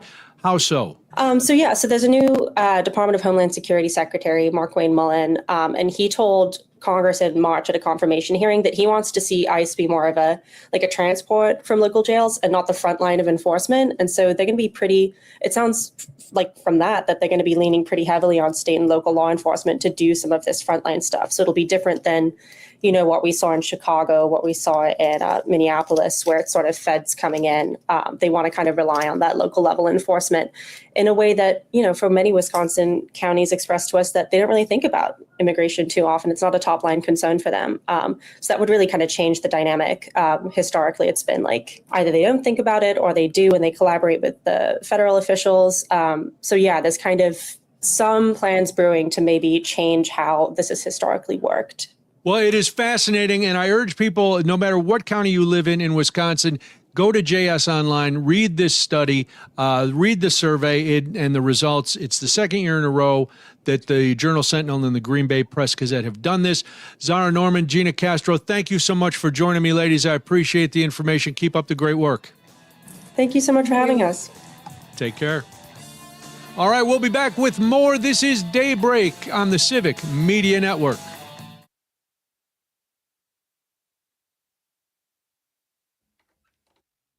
A Civic Media station, WMDXradio.com. ABC News, I'm Brian Clark. As the war with Iran enters its 9th week, President Trump has issued another 90-day waiver of a law that restricts shipping. The White House says the goal is to get more oil and gas into the U.S. A Special Forces soldier involved in the raid to seize Venezuela's Nicolas Maduro in January is charged with betting on the mission and making more than $400,000. ABC's Aaron Katersky says that led to more calls to regulate this kind of gambling. There are now calls for Congress to investigate well-timed bets on prediction markets. A Polymarket user made more than $500,000 through a series of bets related to the war in Iran and the toppling of Ayatollah Ali Khamenei. And right before President Trump scrapped plans to attack Iranian power plants, traders successfully bet almost $1 billion oil prices would fall. 10 people were hurt in Enid, Oklahoma, after a powerful funnel cloud moved through the town last night. More than a dozen tornadoes reported in the region. This is ABC News. This report brought to you by Chad's Design Build, a full-service residential remodeler providing thoughtful, sustainable, and well-built spaces since 1992. Chad'sDesignBuild.com. With Civic Media News, I'm Terry Miller. Wisconsin's Attorney General is taking aim at several major online platforms, accusing them of running illegal sports betting in the state. Josh Call announced a lawsuit against companies including Robinhood, Coinbase, Kalshi, and Crypto.com, saying they allow bets outside Wisconsin's legal system. The companies have not fully responded. Wisconsin recently approved online sports betting, but only through tribal partnerships authorized by the governor. Fire danger is very high across much of Wisconsin today, prompting a statewide pause on burn permits in DNR-protected areas. Officials say even though it rained recently, dry grass and leaves can dry out fast and catch fire in about an hour. Gusty winds and low humidity mean any fire could spread quickly. The DNR is asking people to hold off on burning and make sure any past fires are completely out. A long-running Wisconsin debate tradition is returning this year with a live broadcast ahead of the governor's race. The WBA Foundation will hold the debate October 9th at 7 p.m. with Milwaukee PBS producing and stations across the state airing it. And more details are expected soon. And you may not have known his name, but a Green Bay musician's work is known around the world, thanks to a short riff he composed decades ago that goes a little something like this. Go, Pack, go! Beloved composer and influential UW Green Bay music professor Lovell Ives has died at the age of 97.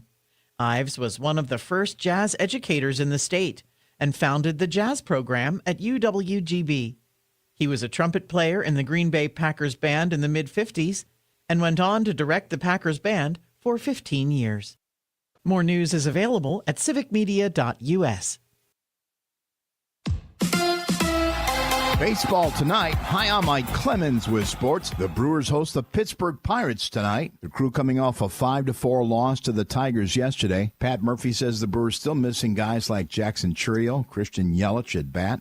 Everybody's aware of where our injury situation is, and it's great to see the guys go out and compete and battle every time. And I mean, I think they can be proud of a lot of things they did today, but it didn't go our way. NBA, the Milwaukee Bucks have a new head coach. 41-year-old Taylor Jenkins takes over after 6 years as the head coach of the Memphis Grizzlies. The NFL draft continues tonight. Did the Packers have any offers last night to trade up into the first round? Brian Gutekunst.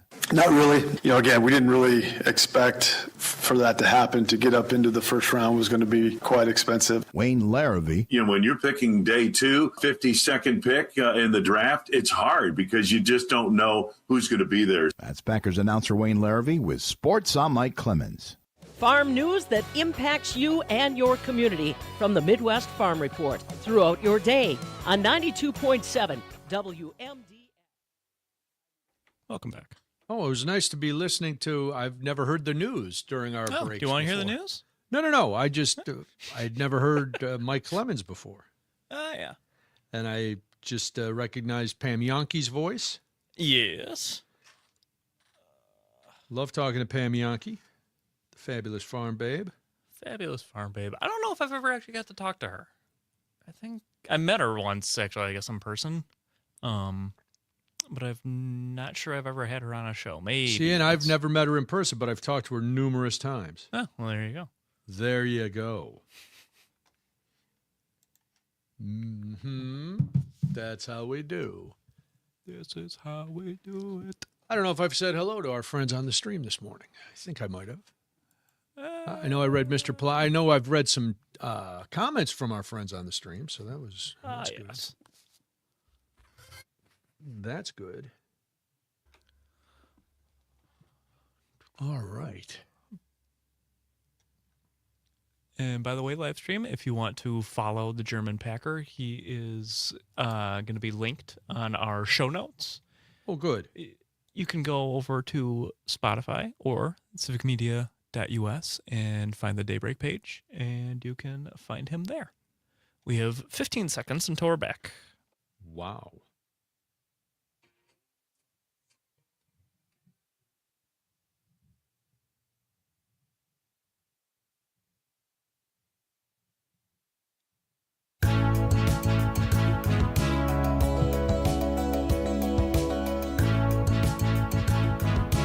From Lake Superior to Lake Michigan, this is Wisconsin's Morning Conversation. Daybreak with Brian and Jamie. Good morning. Glad you're here. Hour 3 of the big show. If you're just joining us, well, you're 2 hours late. You missed a lot. But we can remedy that. If you go to Spotify and you look up Daybreak with Brian and Jamie and you subscribe to our podcast, then you don't have any FOMO. You won't feel like you've missed out on something. You can follow along. Also, if you're like, well, Brian, I'm running around in the morning. I can't always listen. Oh, come on. Download the free Civic Media app, and then you can take us wherever you go. You can take us in when you go to get a coffee. You can take us into when you go to shower. Nothing says, ooh, I want this radio on in my bathroom while I'm naked and wet than listening to Brian and Jamie. That sounds like fun. So you can do all of that. It is the top of the hour, 8 o'clock, 8:07. But who's going to quibble over a few minutes? That means it's time for some headlines from the war in Iran. First things first, Israel and Lebanon have agreed to extend a ceasefire between Israel and Hezbollah by 3 weeks after talks at the White House on Thursday. The meeting was the second high-level negotiation between the two countries since last week.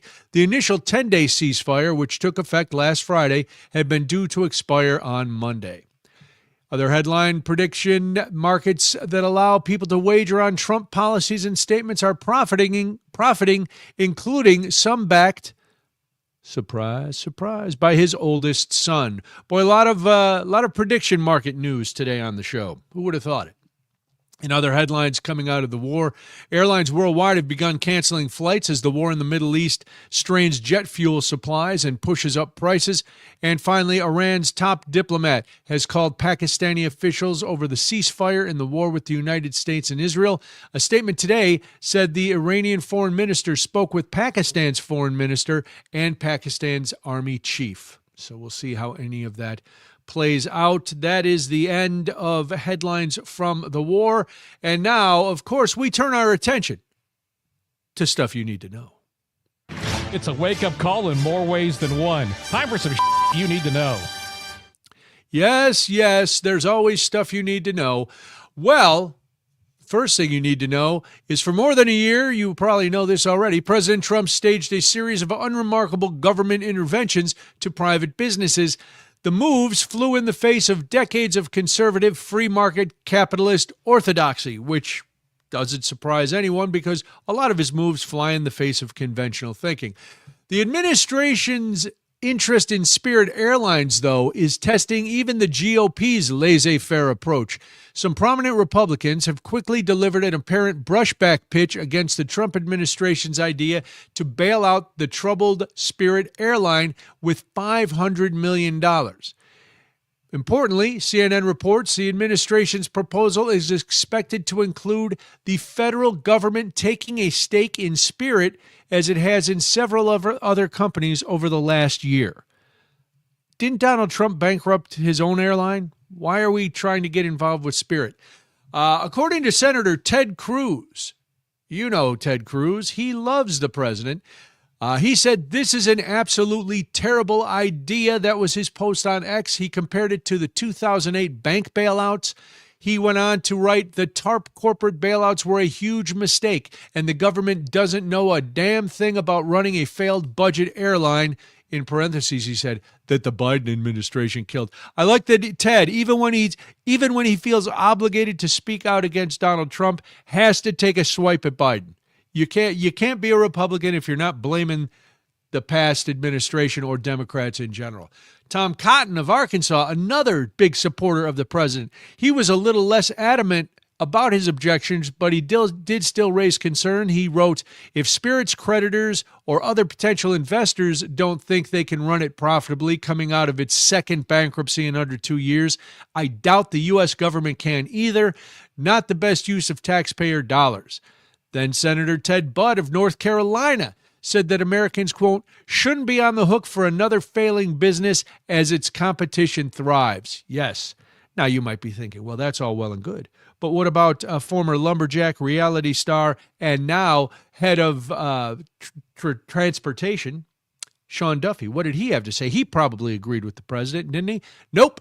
He didn't sound particularly thrilled by this idea. He gave an interview to Reuters yesterday.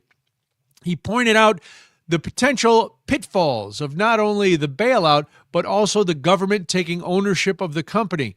He said, there's been a lot of money thrown at Spirit, and they haven't found their way into profitability. And so would we just forestall the inevitable and then own that? We can't make dumb investments. A lot of good reasoning going into this, but again, it seems like in this climate, if you are in Congress, what Donald Trump wants, Donald Trump gets. And nobody is going to tell the emperor, we don't need to bail out a budget airline. We don't need the government owning a failing budget airline. But it has a lot of bankruptcies, and that's something Trump is familiar with, so maybe that's why he's so drawn to it. They've only had 2 bankruptcies. I can get them up to 4 bankruptcies if we're lucky. All right. What other S do we need to know, Parker? Well, Public Service Commission to hold a hearing in Madison today on We Energy's plan for data centers. Oh, once again, data center conversation. It is the big topic of interest here in Wisconsin and across the globe.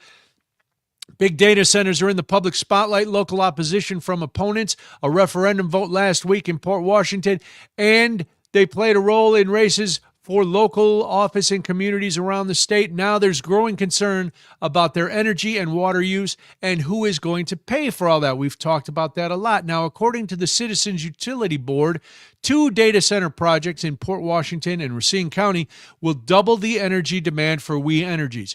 2 projects, they say, equal the same amount of power as all 1.1 million customers use today.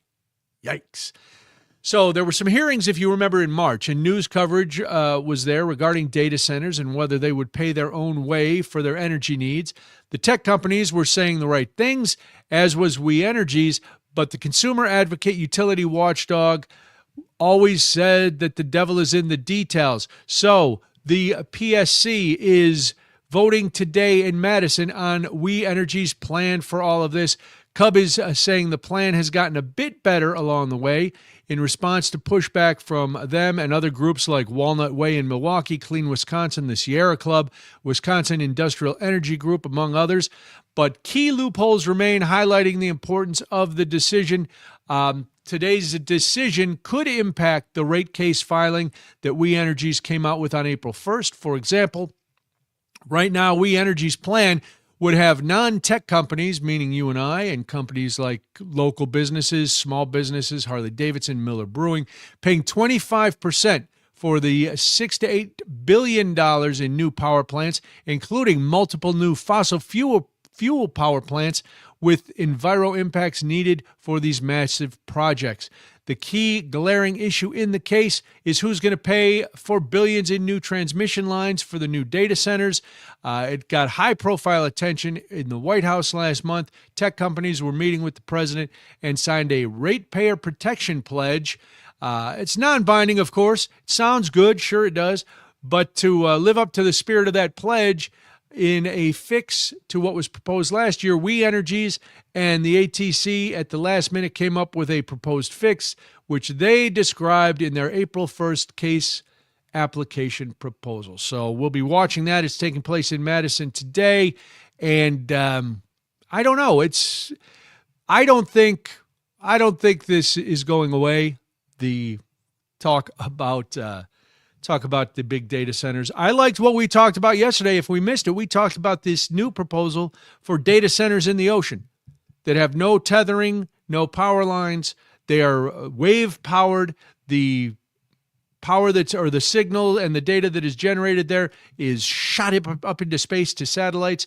If you missed that and you're like, wow, that does sound kind of interesting, I'd like to hear about that. Hey, you know what you could do? You could go download our podcast, Daybreak with Brian and Jamie, on Spotify.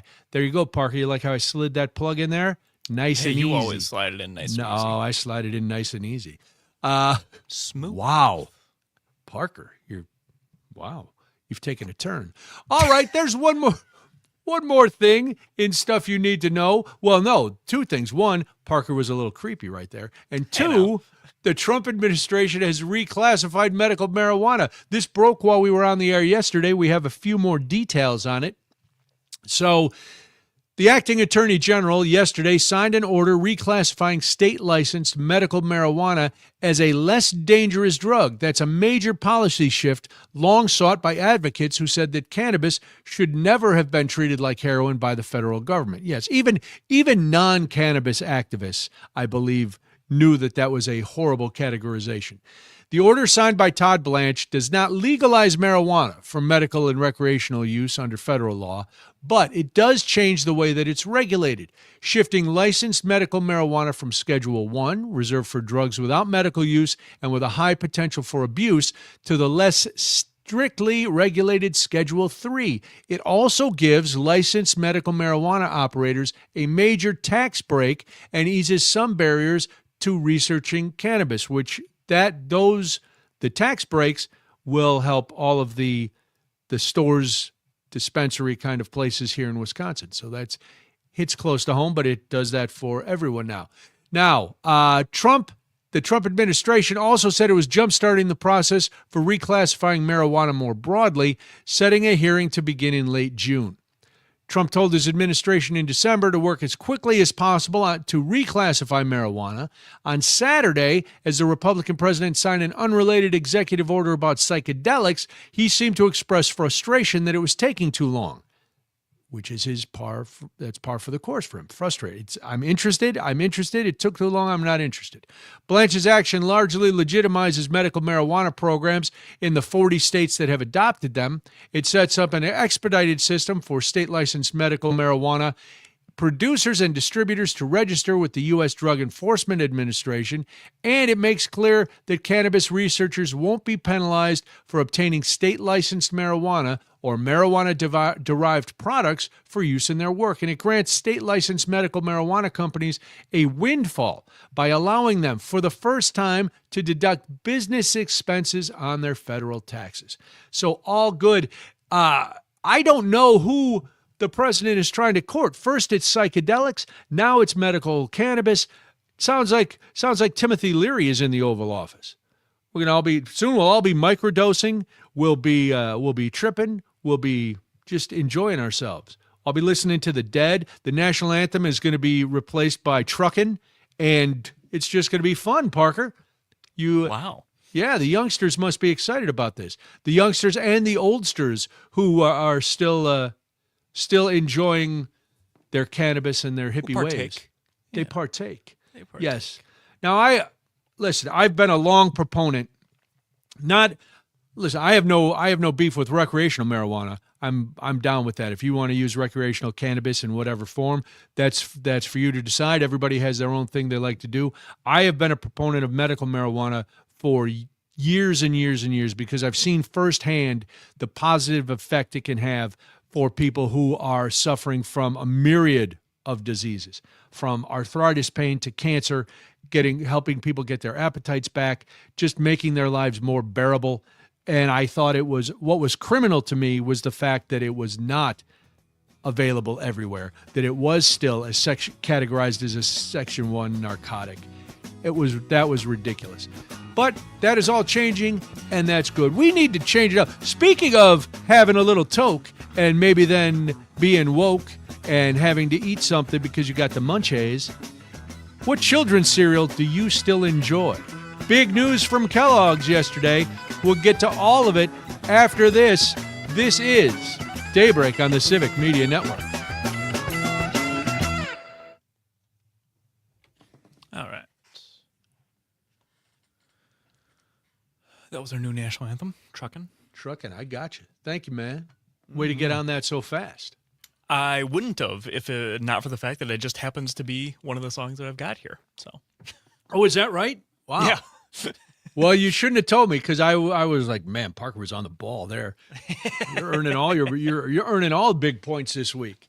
You get us Matthias. You had Truckin' at a moment's notice. Oh yeah. With no pre-planning. That's what people don't understand. They're like, oh, Parker. They must have told Parker what to have ready. Nope. No. Parker's an independent man. He gets to do what he wants. Independent man paying his parents to get their car. Or you buying your parents' car, or you just pay them every time you get to drive it? It's like a rental car. It's by mile, yeah. Mom, Dad, can I borrow the car? Ask it with a 20, rules. Parker. Yeah. Ask it with a 20. I'm paying out the rest of the lease. Oh, nice. What are we doing? Kellogg's Frosted Flakes. They're great. That was actually pretty solid. Thank you. I'm multi-talented. I believe it. I'm a triple threat. That is not. Why did? Okay. All right. Quality Control by the Migos came up instead. Really? I don't know why. I looked up Frosted Flakes music. All right. It didn't work. Lucky Charms music. All right. Oh, God. It sounded like, based on the sports report I just heard on the news, that was the email that we got, those exact stories. It's very possible. We'll see how it goes. I'm going to reserve. About 10 seconds. Oh, I got it.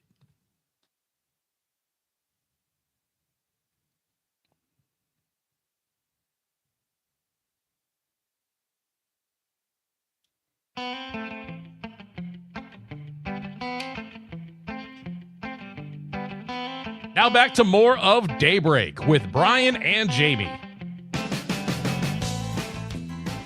Good morning, 8:23 here on Daybreak. I'm Brian Noonan. Jamie will rejoin us on Monday. 8:22-23 on a Friday, maybe a little late for your kids' breakfast. They're probably on their way to school. But as you poured them some cereal this morning, were you eyeing it going, man, I still love a good kid's cereal. I want some Cocoa Krispies. I want a Cookie Crisp. I'm trying to remember other kids' cereals. I was a big Crunch. Well, listen. I know that one because that was going to be my answer to this question. Okay. What children's cereal do you still enjoy? 855-75-CIVIC, 855-752-4842. I would house a box of Captain Crunch, even though, to be honest, they changed the non-nutritive cereal varnish that they put on top of Captain Crunch. That's a Christmas Vacation reference. But they have changed it. I love Captain Crunch. I used to be I was also, as a kid, I was a Fruit Loops guy, a Captain Crunch guy, and a Cocoa Krispies guy. That was my top 3. If I had to throw a Mount Rushmore on there to add a 4th, it would be Apple Jacks. Yeah. Honorable mention, though, a dry box of Frosted Flakes. No milk, just eating Frosted Flakes like popcorn. Forget about it. You know what? That bumps Apple Jacks. Right, I'm out. That's the 4. Parker, what's your children's cereal? I don't want to hear from people go, I eat Total. I'm a huge fan of Grape Nuts. I like Raisin Bran. Wow. No. Not that old. Come on now. No. I hope not. Lucky Charms. Lucky Charms have a special place for me. Are you? I know. I've never. You know what? I've never had Lucky Charms. Really? I know they're magically delicious. Wow. I thought you were going to come at me because a lot of people think that the marshmallows suck. No, I've never had them. They were not. Okay. They were never on the. I guess none of my brothers or I ever really had a desire for them. They were never in our house, and I've never had. And Molly, I don't know if we bought them from. I don't remember what cereal Molly ate. Your house was not magical enough. Well, no, there was not a lot of magic there, Parker. We didn't believe in whimsy. Well, whimsy's for losers. You could have used some of the leprechaun in your house, I think. We had enough Irish in there. That's true. I can't believe you want to do it. Yeah, but that leprechaun brought alcoholism and depression. That was that's how much that we embraced our Irish roots that different way. Leprechaun. Yes, it's a different leprechaun. This was a leprechaun that got caught and was not happy about it at all. The reason I bring this up is because Kellogg's yesterday said that they're going to start including toys with some of their breakfast cereals for the first time in over 10 years. Welcome back. The whole reason to be a kid is to try to get the toys out of the cereal box. So starting this Sunday, special edition boxes of Frosted Flakes, Fruit Loops, Apple Jacks. Wow. All my I may have to revert back to being a kid again. And Corn Pops. Corn Pops were boring. They will have plastic toys shaped like characters from Disney Pixar's Toy Story 5, which hits theaters in June. Now, for those of us of a certain age, we remember when plastic toys were the mainstay in breakfast cereal. They gradually disappeared because manufacturers tried to cut costs. Boo-hoo. And consumers started to worry that kids were going to choke. Come on. This is where I do sound like an old man. Toughen up. We all grew up with finding little toy things, little erasers shaped like Quisp or Quake or Captain Crunch in there, the Trix Bunny stuff. We all did. None of us choked. And if we did, we learned how to bend over a chair so our parents could slam us in there and Heimlich the toy right out of our gullets. So Kellogg said they thought Toy Story 5 was a good fit for the reintroduction. I'm all for that. Now, Parker, are you too young to remember toys in the cereal box? I'm pretty sure I've gotten toys in a cereal box. Okay. There were 2 camps of how to get those toys out of the box. And I'm wondering, first of all, I'm still wondering what's your go-to children's cereal, even as an adult. And now, which camp did you fall into? Did you fall into the pour the whole box of cereal into a bowl to get the toy out? I guess there were 3 camps. 1, to be patient and wait till the cereal was gone. What a weirdo. Or 2, what I would do, press in on the ends of the box to pop it open a little bit and then reach my dirty, grubby hand all the way down to the bottom, swirling the cereal until I got grip of the toy and then pull it out. And hope that then I had to stand and shake the box so it got back into its original shape. And whichever one of my brothers got to the toy first, that's whose dirty, grubby mitts went down in the cereal. And you know what? We didn't care about sanitation. We didn't care about the spread of diseases because it was one house. Who cared? We went for the toy. I was a squeeze the box guy. Parker, where did you fall on this? I don't remember really. I think that would be my strategy as well, though, Brian. I think I would also just find it. Yeah. That is my goal. What, are you going to wait? Yeah, no, I'm not going to wait. You can't wait. And pouring it out into a bowl, then you got to ask your mom for a bowl, and she's yelling that, why'd you pour the cereal out? And then you go to pour it back in, and it spills everywhere, or some of it goes outside the bag and just rests in the box and gets all stale. Yeah. It's a hassle. Spit on your hand to get some, stick them on there, get it down in that bag, spit it around. Don't spit on your hand. Please. No, don't spit on your hand. Don't do that. Again, I've said this many times on the show. If you take my health advice, I'm not responsible because I'm not a doctor. And if you listen to me, do it at your own risk. Don't come back at us with some sort of lawsuit because you get hepatitis or something because somebody spit on their hand and grabbed your cereal. All advice from Daybreak comes with a grain of salt. Yes, please, please.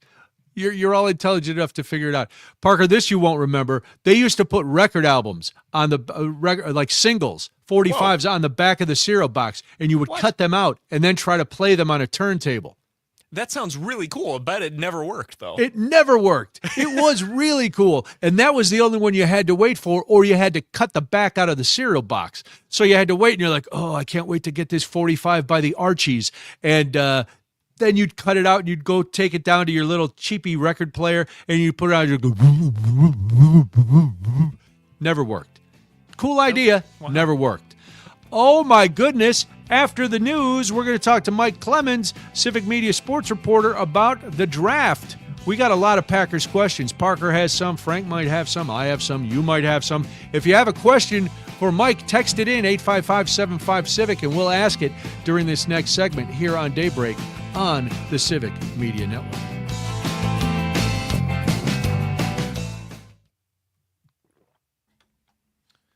All right.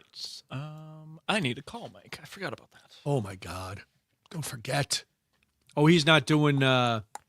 He doesn't do StreamYard. He never has. I think it's in his Really? contract. Wow. Because he's part of the Bill Michaels experience? Yeah, call it that. All right. Who's Bill Michaels?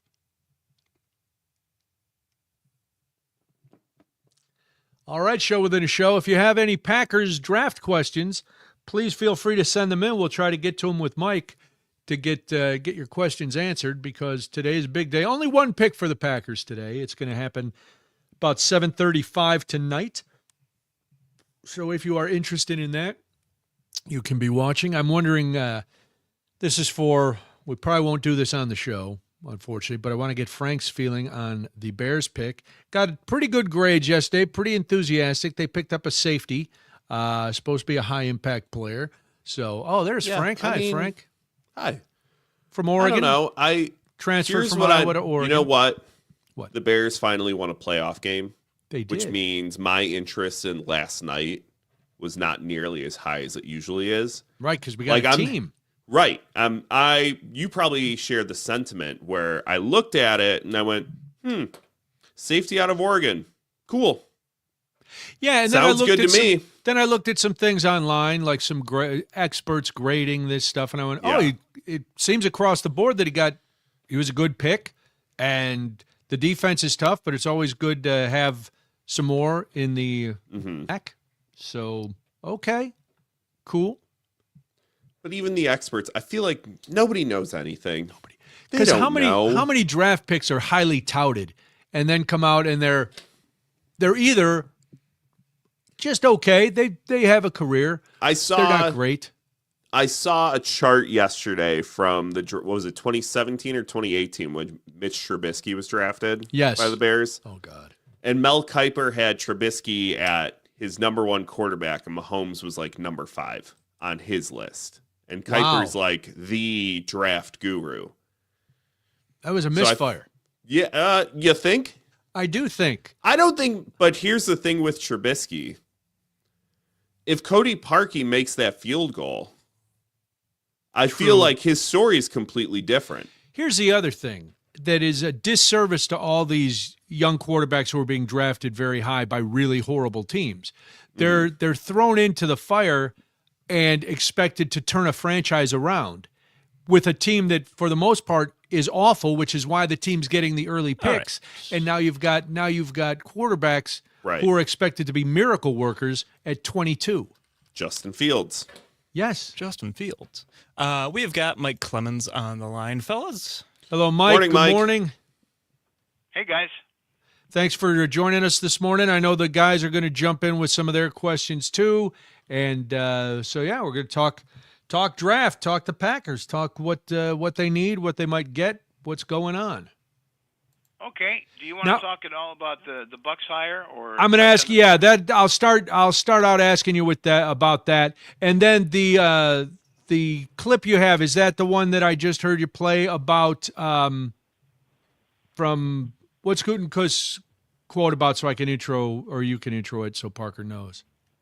Yeah, I'll call for it. Okay. It is about deciding who to pick, right? Oh, right. Okay. Yeah. Okay. Yeah. All right. Sounds good. So we got about, what, a minute? Yeah, we got 1 minute on the dot, actually. Perfect. And then we're out at 49, right? Correct. Okay, because I got another station after that. Yeah, when I called you, Mike, the front desk told me that the line was busy, so I was like, "Oh God, he's not done yet." Yeah. No, we got to be out of here right on time. I was on with Gray. Oh, awesome. So, okay. I do about 5 Civic Media stations. But Brian, if you want, I can do a hit for you at this spot every week. This is where I did Pat's show, so I'll be more than happy to do that for you. Well, I'll let Frank talk to you and discuss all that. Frank's All right. the boss. And then we got to get Jamie's approval too, since she's a co-host. Okay. She's just out today. But I appreciate the offer. All right, fellas, we got 15 seconds till we're back.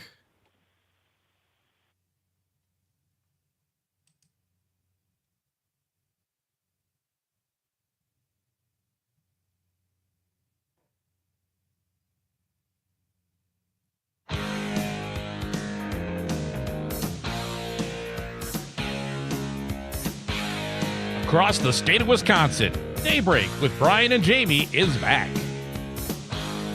Good morning. Welcome back. I'm Brian Noonan. This is Daybreak. Glad you're with us.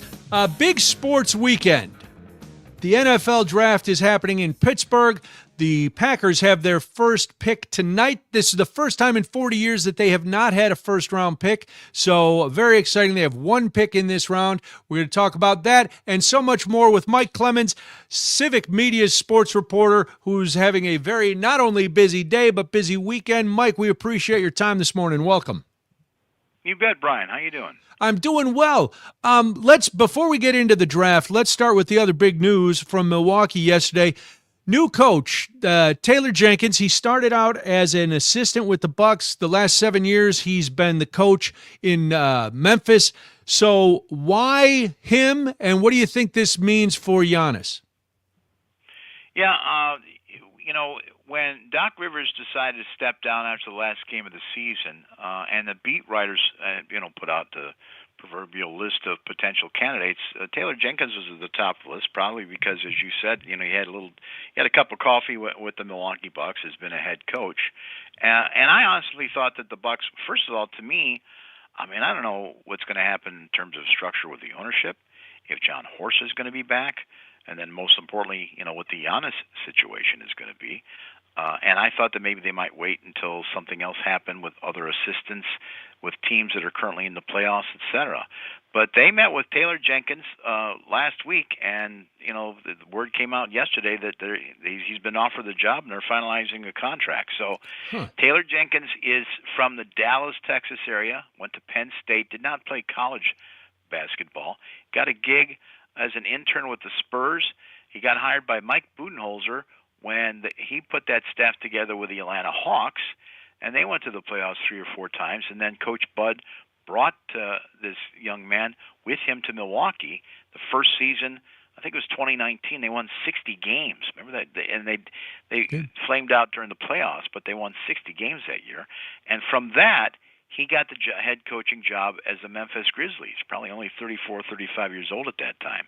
Coached them for 6 seasons, went to the playoffs 3 times with them, and people were shocked when he was fired last year in March with just like 9 regular games left. The ownership wanted him to put in a different kind of an offense, and he wasn't going to do that. And so he's been on the beach. So he's the new head coach. Where this and how this plays into the Giannis, will he stay or will he go scenario, remains to be seen. All right. Well, let's turn our attention to the Packers. They have their first pick tonight. They have one pick in the second round. They pick 52nd, about 7:35 tonight. As they're getting ready, because as I mentioned when I was introducing you, Mike, first time in 40 years they haven't had a first-round pick. So now they're waiting for their second-round pick. What are you hearing from the front office as they get ready for tonight? That the first round went pretty much the way they thought it would. And I'd heard from a pretty good source early in the week that, because the Chiefs had made a comment last week that there could be a lot of trading in the first round because, quite frankly, it's not that good of a draft class. And so they picked 32 players last night, and the Packers only thought about maybe 15 of those guys were worth a first-round pick. Okay. So that means unless they were crazy about somebody, they didn't see the value of giving up 2 or 3 picks or whatever else to get up into that round, and they came off the board pretty much that way. And Brian Gutekunst, we were told maybe one of the other scouts would come down after no picks in the first round, but then actually Goody came down and talked to us last night. It was a pretty good discussion, and he kind of confirmed, like, yeah, the board kind of went the way we thought it would, and we only thought there was about 15 players worth it. Now, what he does tonight, I can't tell you what he's going to do exactly at 52, but I can tell you that what he looks at is a horizontal board, not a vertical board like what folks that follow the NFL draft. They follow in order 1, 2, 3, 4 on through to 257 is how players should come off. It's a horizontal board, so that means you set up your board in terms of importance of position from left to right, like quarterback and left tackle and edge rusher, etc. And that way, if you go into a weekend and say, okay, at some point we really need a safety, and you've graded all these players, and you've determined there's maybe 6 or 7 safeties, it's anywhere from the first round to the 7th round that you're interested in, then you see that pocket. So if most of the safeties are gone now, and it's still sitting there in the 3rd round, there's one safety left, and he's in the 7th round, you're like, well, I'm not going to use a 3rd round pick on that.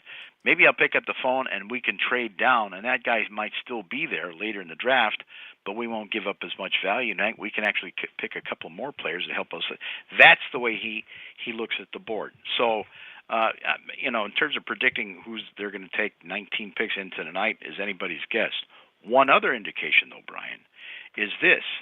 They started these 30 visits that they call them. I think it started happening during COVID. Yeah. So after the football season, and then after the combine, and then the pro days where they go to the colleges and actually watch these players work out, there's this period leading up to the draft where you can interview up to 30 players, either bring them into Green Bay. A lot of these are done over a Zoom call. So we know pretty much who some of those players are that they talked to this spring.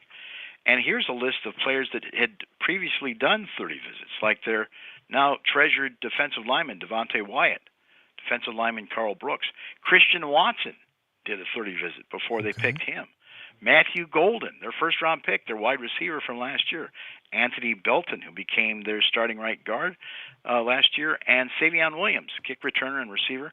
All those guys had 30 visits. So if you take a look at that list, and so far, only one of the 30 players that the Packers interviewed this spring got taken last night. So there's plenty of guys that they're interested in that'll be on the board for Goody tonight. Mike Clemens is the sports reporter for Civic Media. He joins us now. We're talking about the draft. All right, obviously, Mike, we're not going to predict what guy, but from the 30 interviews that they've done and by who's left on the board and the way Gutekunst looks at as you said, the horizontal board, where do you think the pick will go? It sounds like from what I was reading, most of the interviews were on the defensive side of the ball. Would that be a good assumption? Yeah, they are, and I think that's what a lot of the national people have down. There's also times where they call it subterfuge up here in Green Bay. Fair they enough. Like to play with people. They like to play with people. One other thing that people have asked me about this, well, you're covering the draft. Well, aren't you in Pittsburgh? I was like, well, because you know what? It's a TV show. Yeah. The draft used to be at a hotel with representatives from the team with a cup of coffee and an ashtray and just making phone calls. I mean, and it's the You can't make money that way, Mike. Right. They've turned it into a pageant, Yeah. And Gutekunst has been saying, I've already got my roster, I mean, even though we lost, Quay Walker in free agency and we traded away Rashawn Gary and wide receiver Dontavian Wicks, I picked up this kid, Sky Moore, who used to play for the Chiefs. He could be like a returner. We got Javon Hargrave, a defensive lineman from the Vikings, to help out on the defensive line. They picked up a free agent defensive back. They made a trade for Zaire Franklin from the Colts in order to help out with that linebacker crowd. So these guys that they're picking, they're all rookies to them. They think that they've pretty much got, their roster set. So the next thing is this. Did you ever see that movie Draft Day? With Yes. Oh, yeah. And when it came out, a lot of the skeptical sports writers said, oh, hogwash. And about a year after it'd been out, you start talking to the NFL people, like, no, the chaos in that movie's closer than you think. So Kevin Costner's like the GM of the Cleveland Browns, and everybody thinks he's going to take the quarterback out of Wisconsin. And the last minute, he makes a big, change. Right. Well, because nobody went to that guy's birthday party, Mike. You can't draft a QB who has no friends.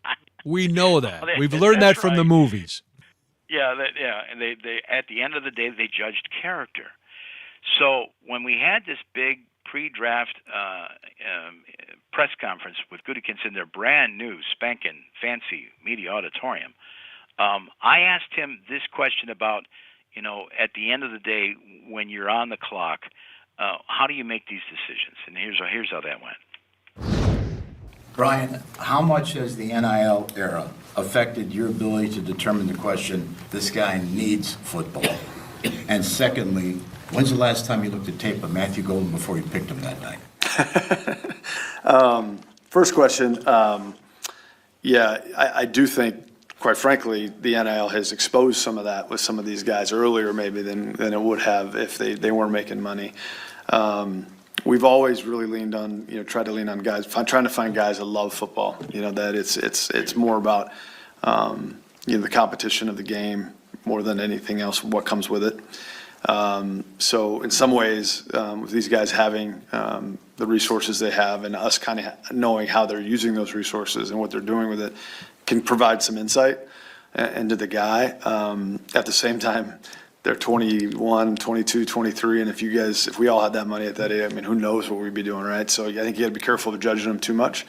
But I've always thought, you combine the tape kind of DNA and how they play the game with what we find out about them, we'll tell you usually, how much they love being out there and how competitive they are, and that's most important.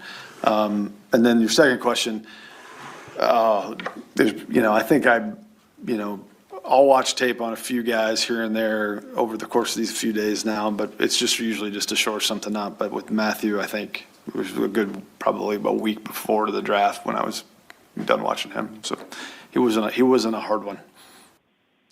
It's good. We hear all the time when Mike Clemens is joining us to talk the draft and other things in sports. He's the sports reporter for Civic Media. You're familiar with Mike's work. You hear him on the news all the time.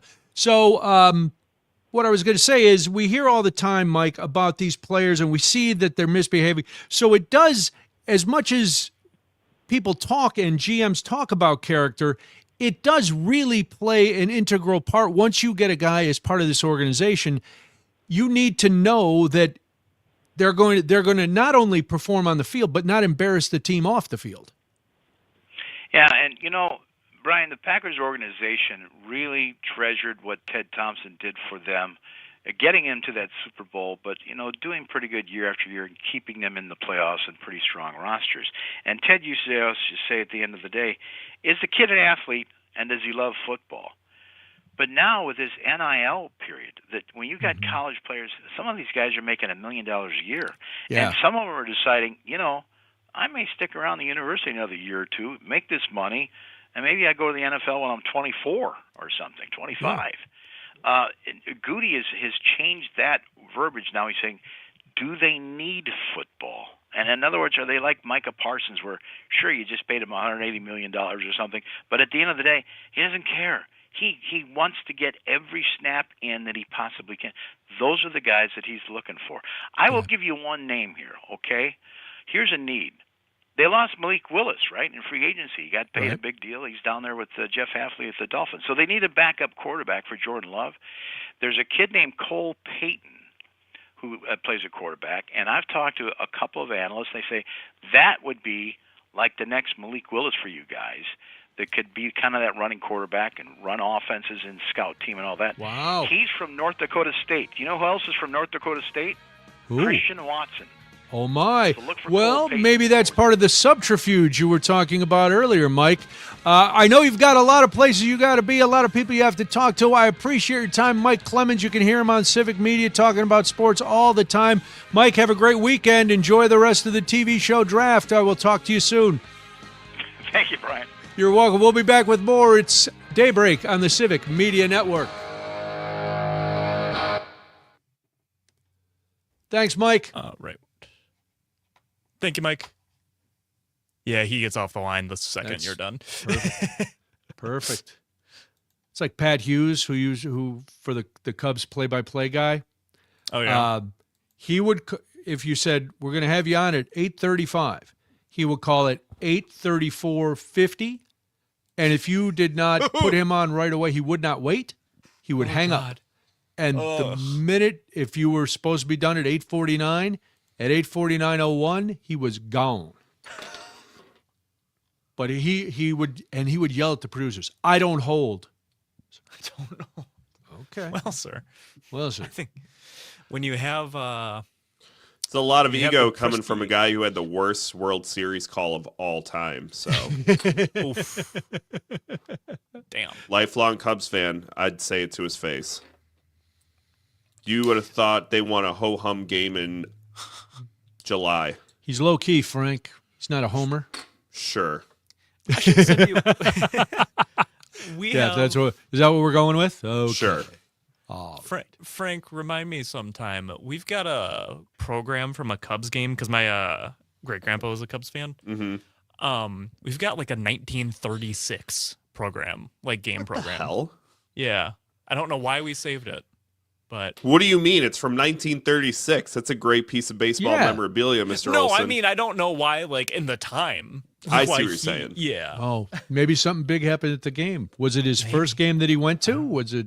I have no idea. I've never heard the story Wow. behind it at all. Yeah. 36. I think of, as I compare everything in the world, before the invasion of Poland, like that's wild. Yeah. I'm not positive. I think that's what I remember it being. I used to have a guy on a few times a year. He's a certified card. Well, now he's a sports memorabilia appraiser. Mm-hmm. Started with just baseball cards. Now he does all kind of stuff. And it was fun. When I would have him on, people would call in with something like that. Yeah. And he would say, "Oh, okay." And he'd ask a couple questions, and they'd give him kind of a ballpark on what it might be worth. Or he'd say, "You know what? Can you send me a picture of it? Because I'm not, I don't know. I've never seen something like that." Right, you don't know. And it was always fun. But I remember somebody had won a Packers recliner at a charity auction. And they called in. And he was like, wow. And sometimes it's just people going, I'm not going to sell this because it was my grandpa's, but is it worth something? Like, should I put it in a case? Because it might actually be worth some money. And it was always fun. That was surprisingly, or maybe not surprising, that always got huge engagement. I believe that. Because everybody's has got something. Yeah.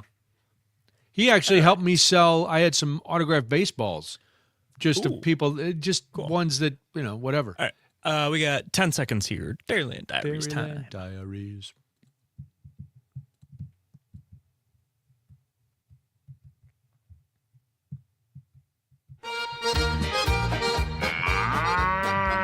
We're going to milk this for all it's worth.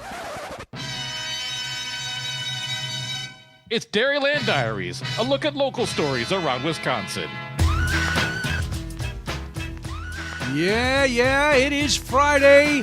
We're going to jump around to Wisconsin and bring you some uplifting, happy stories. We're going to end the week on a nice note. Stories from around the state that are going to make you smile a little bit, maybe feel a little bit warmer inside, maybe just make you say, thank God that wasn't about the administration. I know. Here's a good story. We're going to Greenville for this one. About a couple ladies who were working hard during the flood. 7 cats, a small dog, and a family with an elderly man on oxygen have Greenville residents Brittany Schmidt and Cheyenne Tyler to thank for their safety after the duo executed a series of rescues last week in New London. Right there. I like it. Makes you feel good, doesn't it? Sure. While the Wolf River flooded the small community on the Outagamie-Waupaca County line, Schmidt and Tyler researched strangers' homes for lost, confused, shivering, and scared pets, at times walking through as much as 3 feet of water. They also used kayaks, nets, kennels, a canoe, and many donated items to fuel their rescue efforts. Schmidt and Tyler were not even fazed by the fact that they're allergic to cats. They'd rescue cats anyway. They don't care. When evacuations began on April 15th, Schmidt and Tyler posted on the New London, Wisconsin Happenings Facebook group that they wanted to help in any way possible. Maybe they could temporarily house reptiles or small caged pets, they thought. But after logging about 20 miles in a 12-hour day on April 16th rescuing pets, they became the go-to duo. Word got out, strangers reached out to them, and they kept going. Turns out several pet owners, for one reason or another, had left animals behind in a rush to leave. Oh my God, and those people were desperate for help. So Schmidt, who is a receptionist at Wolf River Veterinary Clinic, said they were collecting pet food, supplies, and toys. For more information and to help, you can call 920-982-2733 or visit the veterinary clinic on Wolf River Avenue in New London. Congratulations, ladies. Good work. I love to see people jumping in and helping out because in a lot of obviously, your priority is to get your family out. And while your pets are part of your family, sometimes in the rush, maybe you don't, or they've run away. That was one of the first rescues they did, was a cat that had panicked and taken off, and the family had to go, and they found the cat, and they got it. So very good. All right, that's diary entry number 1. Diary entry number 2. Do you have a shy, Parker, were you a shy child? I was kind of, a little. Kind of shy, a little withdrawn, a little afraid of strangers? Yeah. Yeah, you weren't. You're not alone in that. A lot of kids are very shy, and nothing wrong with that. But if you're a shy kid at a children's museum and you're playing with an interactive sculpture of a fish, wow, why can't you do it all by yourself? You don't want to work at it all by yourself. So what do? You go to the Madison Children's Museum and you go to their interactive exhibits and you help your child maybe become a little less shy. The goal is for this to come up with the answer, what do I do if somebody else comes up? Why do I have to work by myself? The answer is work with someone else and maybe even meet a new friend. Psychologist Kristen Schutz studies child social development at the University of Wisconsin-Madison's Weissman Center. She puts her research into practice by helping design museum exhibits that encourage kids to work together. She develops the exhibits at the Madison Children's Museum, where she is also a board member. So she said social skill development is vital for children. We've all seen kids who are painfully shy, not your usual shyness, but really shy, and your heart aches for them because they can't make those connections. And according to Schutz, we're such social creatures that connecting with other people is really fundamental to our success. She points toward research showing benefits in academic achievement and mental and physical well-being in an interview with WPR. For young children, she said, playtime can be a key to learning social skills. That's why there's been a movement in kindergarten to incorporate play into the daily curriculum so that children get used to working with other people and interacting and having fun. Now, according to Schutz, this new exhibit that she built at the Madison Children's Museum can just be an invitation to talk to somebody, but it can also help build social connections when two people move their bodies together and collaborate toward a common goal. That can strengthen existing relationships and also help build new ones. So if you're thinking, well, my kid's a little shy, maybe I should do this, go to the Madison Children's Museum. It's open Wednesday to Sunday, 9 to 4. Free Thursday nights, 4 to 8. Can't beat that. Or go to madisonchildrensmuseum.org. So another happy story. What about this? A doctor who has been part of emergency flights for over 32 years, Mike Abernethy, has the longest continuous service of any emergency medicine faculty at UW-Madison School of Medicine and Public Health. According to the university, he's been with the UW Health Med Flight since 1992. Earlier this month, he retired from UW Health's Med Flight Emergency Helicopter Medical Transport Service after spending 34-plus years in the field, transporting more than 4,000 patients. Most recently, he's worked out of UW Health's Janesville Med Flight Base. That opened in 2024. UW Health has regional med flight bases in Janesville, Mineral Point, and Portage to serve the state. He says, I haven't found anyone yet as far as physicians who have been doing it longer than I have.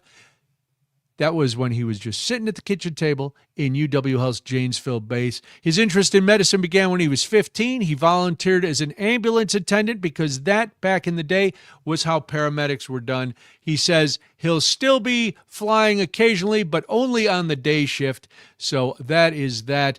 Congratulations to Mike Abernethy for his retirement and 34 years of unbelievable service to the people of Wisconsin, medevacing them out. He said the 24-hour shifts, though, and working nights was really taking its toll, so that's why he decided to retire. So good for him. All right, that's it.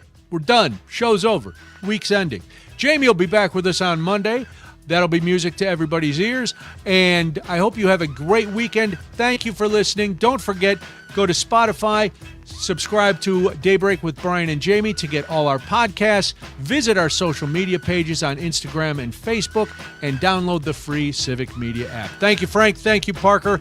And most of all, thank you for being with us. Have a great weekend. As I said, I'm Brian Noonan. This is the Civic Media Network.